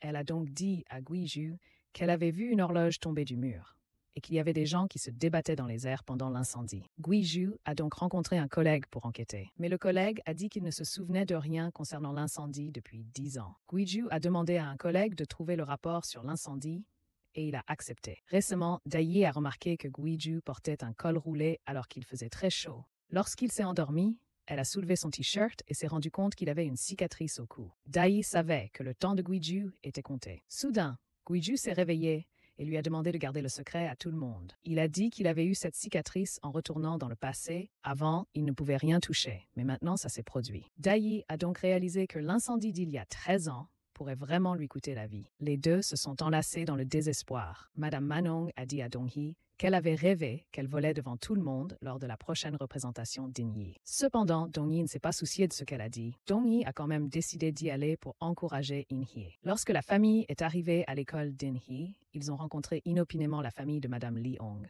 qui était également venue l'encourager. Les deux familles sont entrées ensemble dans l'auditorium. De l'autre côté, Guiju et Dai ont acheté des fleurs pour In-hee. Soudain, Guiju a reçu l'information qu'un incendie avait été signalé ce jour-là. Il a demandé à Dai de remettre les fleurs à In-hee en premier. Puis Guiju a couru vers son collègue et a reçu une carte de l'école. Dai est entré pour donner les fleurs à In-hee. In-hee était mal à l'aise et inquiète lorsque Guiju ne venait pas. Dong-hee a reçu un SMS de son ex-amant. Il lui a envoyé une photo en disant qu'il était avec In-hee. Puis il a demandé à Dong-hee d'aller à la salle d'attente du 4e étage. Inquiète pour In-hee, Dong-hee y est allé, comme il le lui avait dit. À l'arrivée de Dong-hee, il avait préparé des roses et des bougies pour lui avouer ses sentiments, à sa grande surprise. Son but était de conquérir son affection, ce qui a profondément dégoûté Dong-hee. En coulisses, In-hee était inquiète. En voyant arriver Guiju, elle s'est sentie soulagée. Cependant, Yerim n'était toujours pas arrivé, alors que la prestation de l'autre groupe touchait à sa fin. Alors que le groupe s'apprêtait à se produire sans Yerim, elle est arrivée à ce moment-là. Le groupe a mis de côté ses rancunes passées et a joyeusement intégré Yerim. Puis le groupe est monté sur scène. Ine, très nerveuse, resta là, immobile. Voyant que sa copine était nerveuse à l'idée de se produire devant tant de monde, son petit ami s'approcha et lui retira ses lunettes. Il l'encouragea ensuite. Grâce aux paroles de son petit ami, In-hee se sentit plus confiante. Le groupe a très bien joué. Sur scène, In-hee pensa envoyer un message à Guiju pour lui dire qu'elle s'était fait de bons amis. In-hee n'était plus invisible. Elle ne voulait plus que Guiju s'inquiète pour elle. Après la photo de groupe, In-hee se rendit compte que Yerim était sortie. Elle alla la rejoindre et lui parla. In-hee a dit qu'elle voulait vraiment être amie avec Yerim. Pourquoi Yerim la détestait-elle autant? Yerim reprochait à In-hee de ne pas être sincère avec elle. Pourquoi aimaient-elles toutes les deux la même personne? Mais In-hee ne lui avait rien dit. À cause de ça, Yerim a senti qu'In-hee ne la considérait pas comme une amie. En entendant cela, In-hee a dit à Yerim qu'elle avait le super pouvoir de lire les pensées des autres. Yerim a répondu qu'elle avait aussi un super pouvoir, celui d'attirer le regard des autres. Dai a regardé Guiju et a soudain réalisé que les vêtements qu'il portait lui étaient très familiers. Les souvenirs affluèrent. Elle se souvint que c'étaient les vêtements qu'il portait le jour où il était apparu dans le passé pour l'informer de la localisation d'In au gymnase. Elle le dit donc à Guiju. Guiju sortit immédiatement pour retourner dans le passé. Il dit à Dai qu'après avoir signalé la localisation d'In, il reviendrait immédiatement. Dai comprit que Guiju n'avait plus beaucoup de temps ici, d'où sa précipitation. Puis, il retourna dans le passé pour informer Guiju qu'In-hee se trouvait dans l'entrepôt de la scène. De l'autre côté, l'ex-amant de Dong-hee essayait de la retenir. Lorsqu'elle refusa, il sortit de l'essence et menaça de tout brûler. À ce moment-là, un groupe effectuait des saltos aériens sur scène. Même Manum trouva cette scène très familière. Elle réalisa que ses rêves récents n'étaient pas des scènes du passé. Ça allait prendre feu maintenant, informa-t-elle son mari. Il alla donc presser le bouton d'alarme incendie, voulant évacuer tout le monde avant l'incendie. En chemin, M. Sungu croisa Dahae et lui dit qu'il allait y avoir un incendie. À ce moment-là, Dahae commença à avoir peur. Elle se demanda pourquoi à ce moment-là. Dahae chercha in here. Dong-hee observa la réaction de son ex-amant. Elle était parfaitement calme car elle savait qu'il était lâche. Il n'oserait certainement pas mettre le feu. Comme elle l'avait prédit, il n'a fait ça que pour la menacer. Dong-hee admit que c'était ce qu'elle aimait chez lui, parce qu'il pouvait être un mauvais garçon, mais pas une personne cruelle. Tu n'es qu'un bon à rien. Puis elle s'est retournée et est partie. Elle lui a aussi dit de nettoyer les lieux. Entendant les paroles de Dong-hee, il l'a réprimandé tout en nettoyant. Il a accidentellement mis le chiffon imbibé d'essence dans la lumière de la bougie et a provoqué un incendie. Il a eu peur et s'est enfui. Un moment plus tard, Guiju est revenu. Voyant la scène chaotique devant ses yeux, il a couru précipitamment chercher ses proches. Le public paniquait, le feu menaçant de se propager. Alors, Dong-hee vit que le personnel ne pouvait pas abaisser le rideau par feu, car il était coincé par l'ampoule. Elle réfléchit un instant, puis s'élança pour abaisser le rideau, permettant ainsi à tous d'échapper au danger. Tout le monde était tellement occupé à sortir qu'ils ne lui ont pas prêté attention, et son exploit est donc passé inaperçu. Inae et Hirim étaient prises au piège des flammes, le rideau métallique étant verrouillé. Hirim craignait d'être bloqué là. Inae courut chercher une autre issue. Un peu plus tard, Guiju accourut pour briser le rideau métallique. Hirim lui indiqua la direction d'Inae. Il se précipita dans la direction indiquée par Hirim pour sauver Inae. À ce moment-là, Inae était sur le point d'étouffer à cause de la fumée. Soudain, elle entendit Dahae l'appeler. Les deux se retrouvèrent. Soudain, le mur contenant l'horloge était sur le point de s'effondrer. Heureusement, Guiju arriva à temps et le rattrapa. Il réalisa que c'était le rêve que sa mère lui avait raconté. Il a dit à Dahae de mener rapidement Inae de là. Après avoir sauvé les deux personnes, il retournerait dans le passé dès que Dahae et Inae seraient sortis de là. Le mur s'est effondré. Guiju est soudainement retourné au moment de la naissance d'Ina. Guiju a pleuré d'émotion. Il était enfin retourné à ce moment. Il a remercié silencieusement son ex-femme, puis il a couru très vite vers l'école de Dahae. Maintenant, tout était devenu coloré. Il pouvait tout toucher. En même temps, tout le monde a vu Guiju. À son arrivée, il a vu son aîné. Quand Guiju a appelé son aîné, celui-ci a tourné la tête en réponse cette fois. Cependant, il est quand même retourné au feu pour sauver des gens. Très rapidement après cela, l'entrée s'est soudainement effondrée. Et c'est ainsi que l'aîné est mort dans l'incendie. Bien que Guiju soit triste, il savait qu'il devait rester rationnel. Il a rapidement pris l'extincteur. Ayant lu le plan de l'école plus tôt, il a pu courir rapidement jusqu'à l'entrepôt du gymnase pour sauver Dahae. Arrivé là, il la vit victime d'une intoxication par la fumée. Il lui a donné de l'oxygène et l'a sortie. Mais la sortie était extrêmement difficile. Ils ont eu du mal à atteindre la fenêtre. En bas, les gens avaient installé un coussin pour les personnes sautant des étages supérieurs. Guiju a remis à Dahae la bague, héritage familial,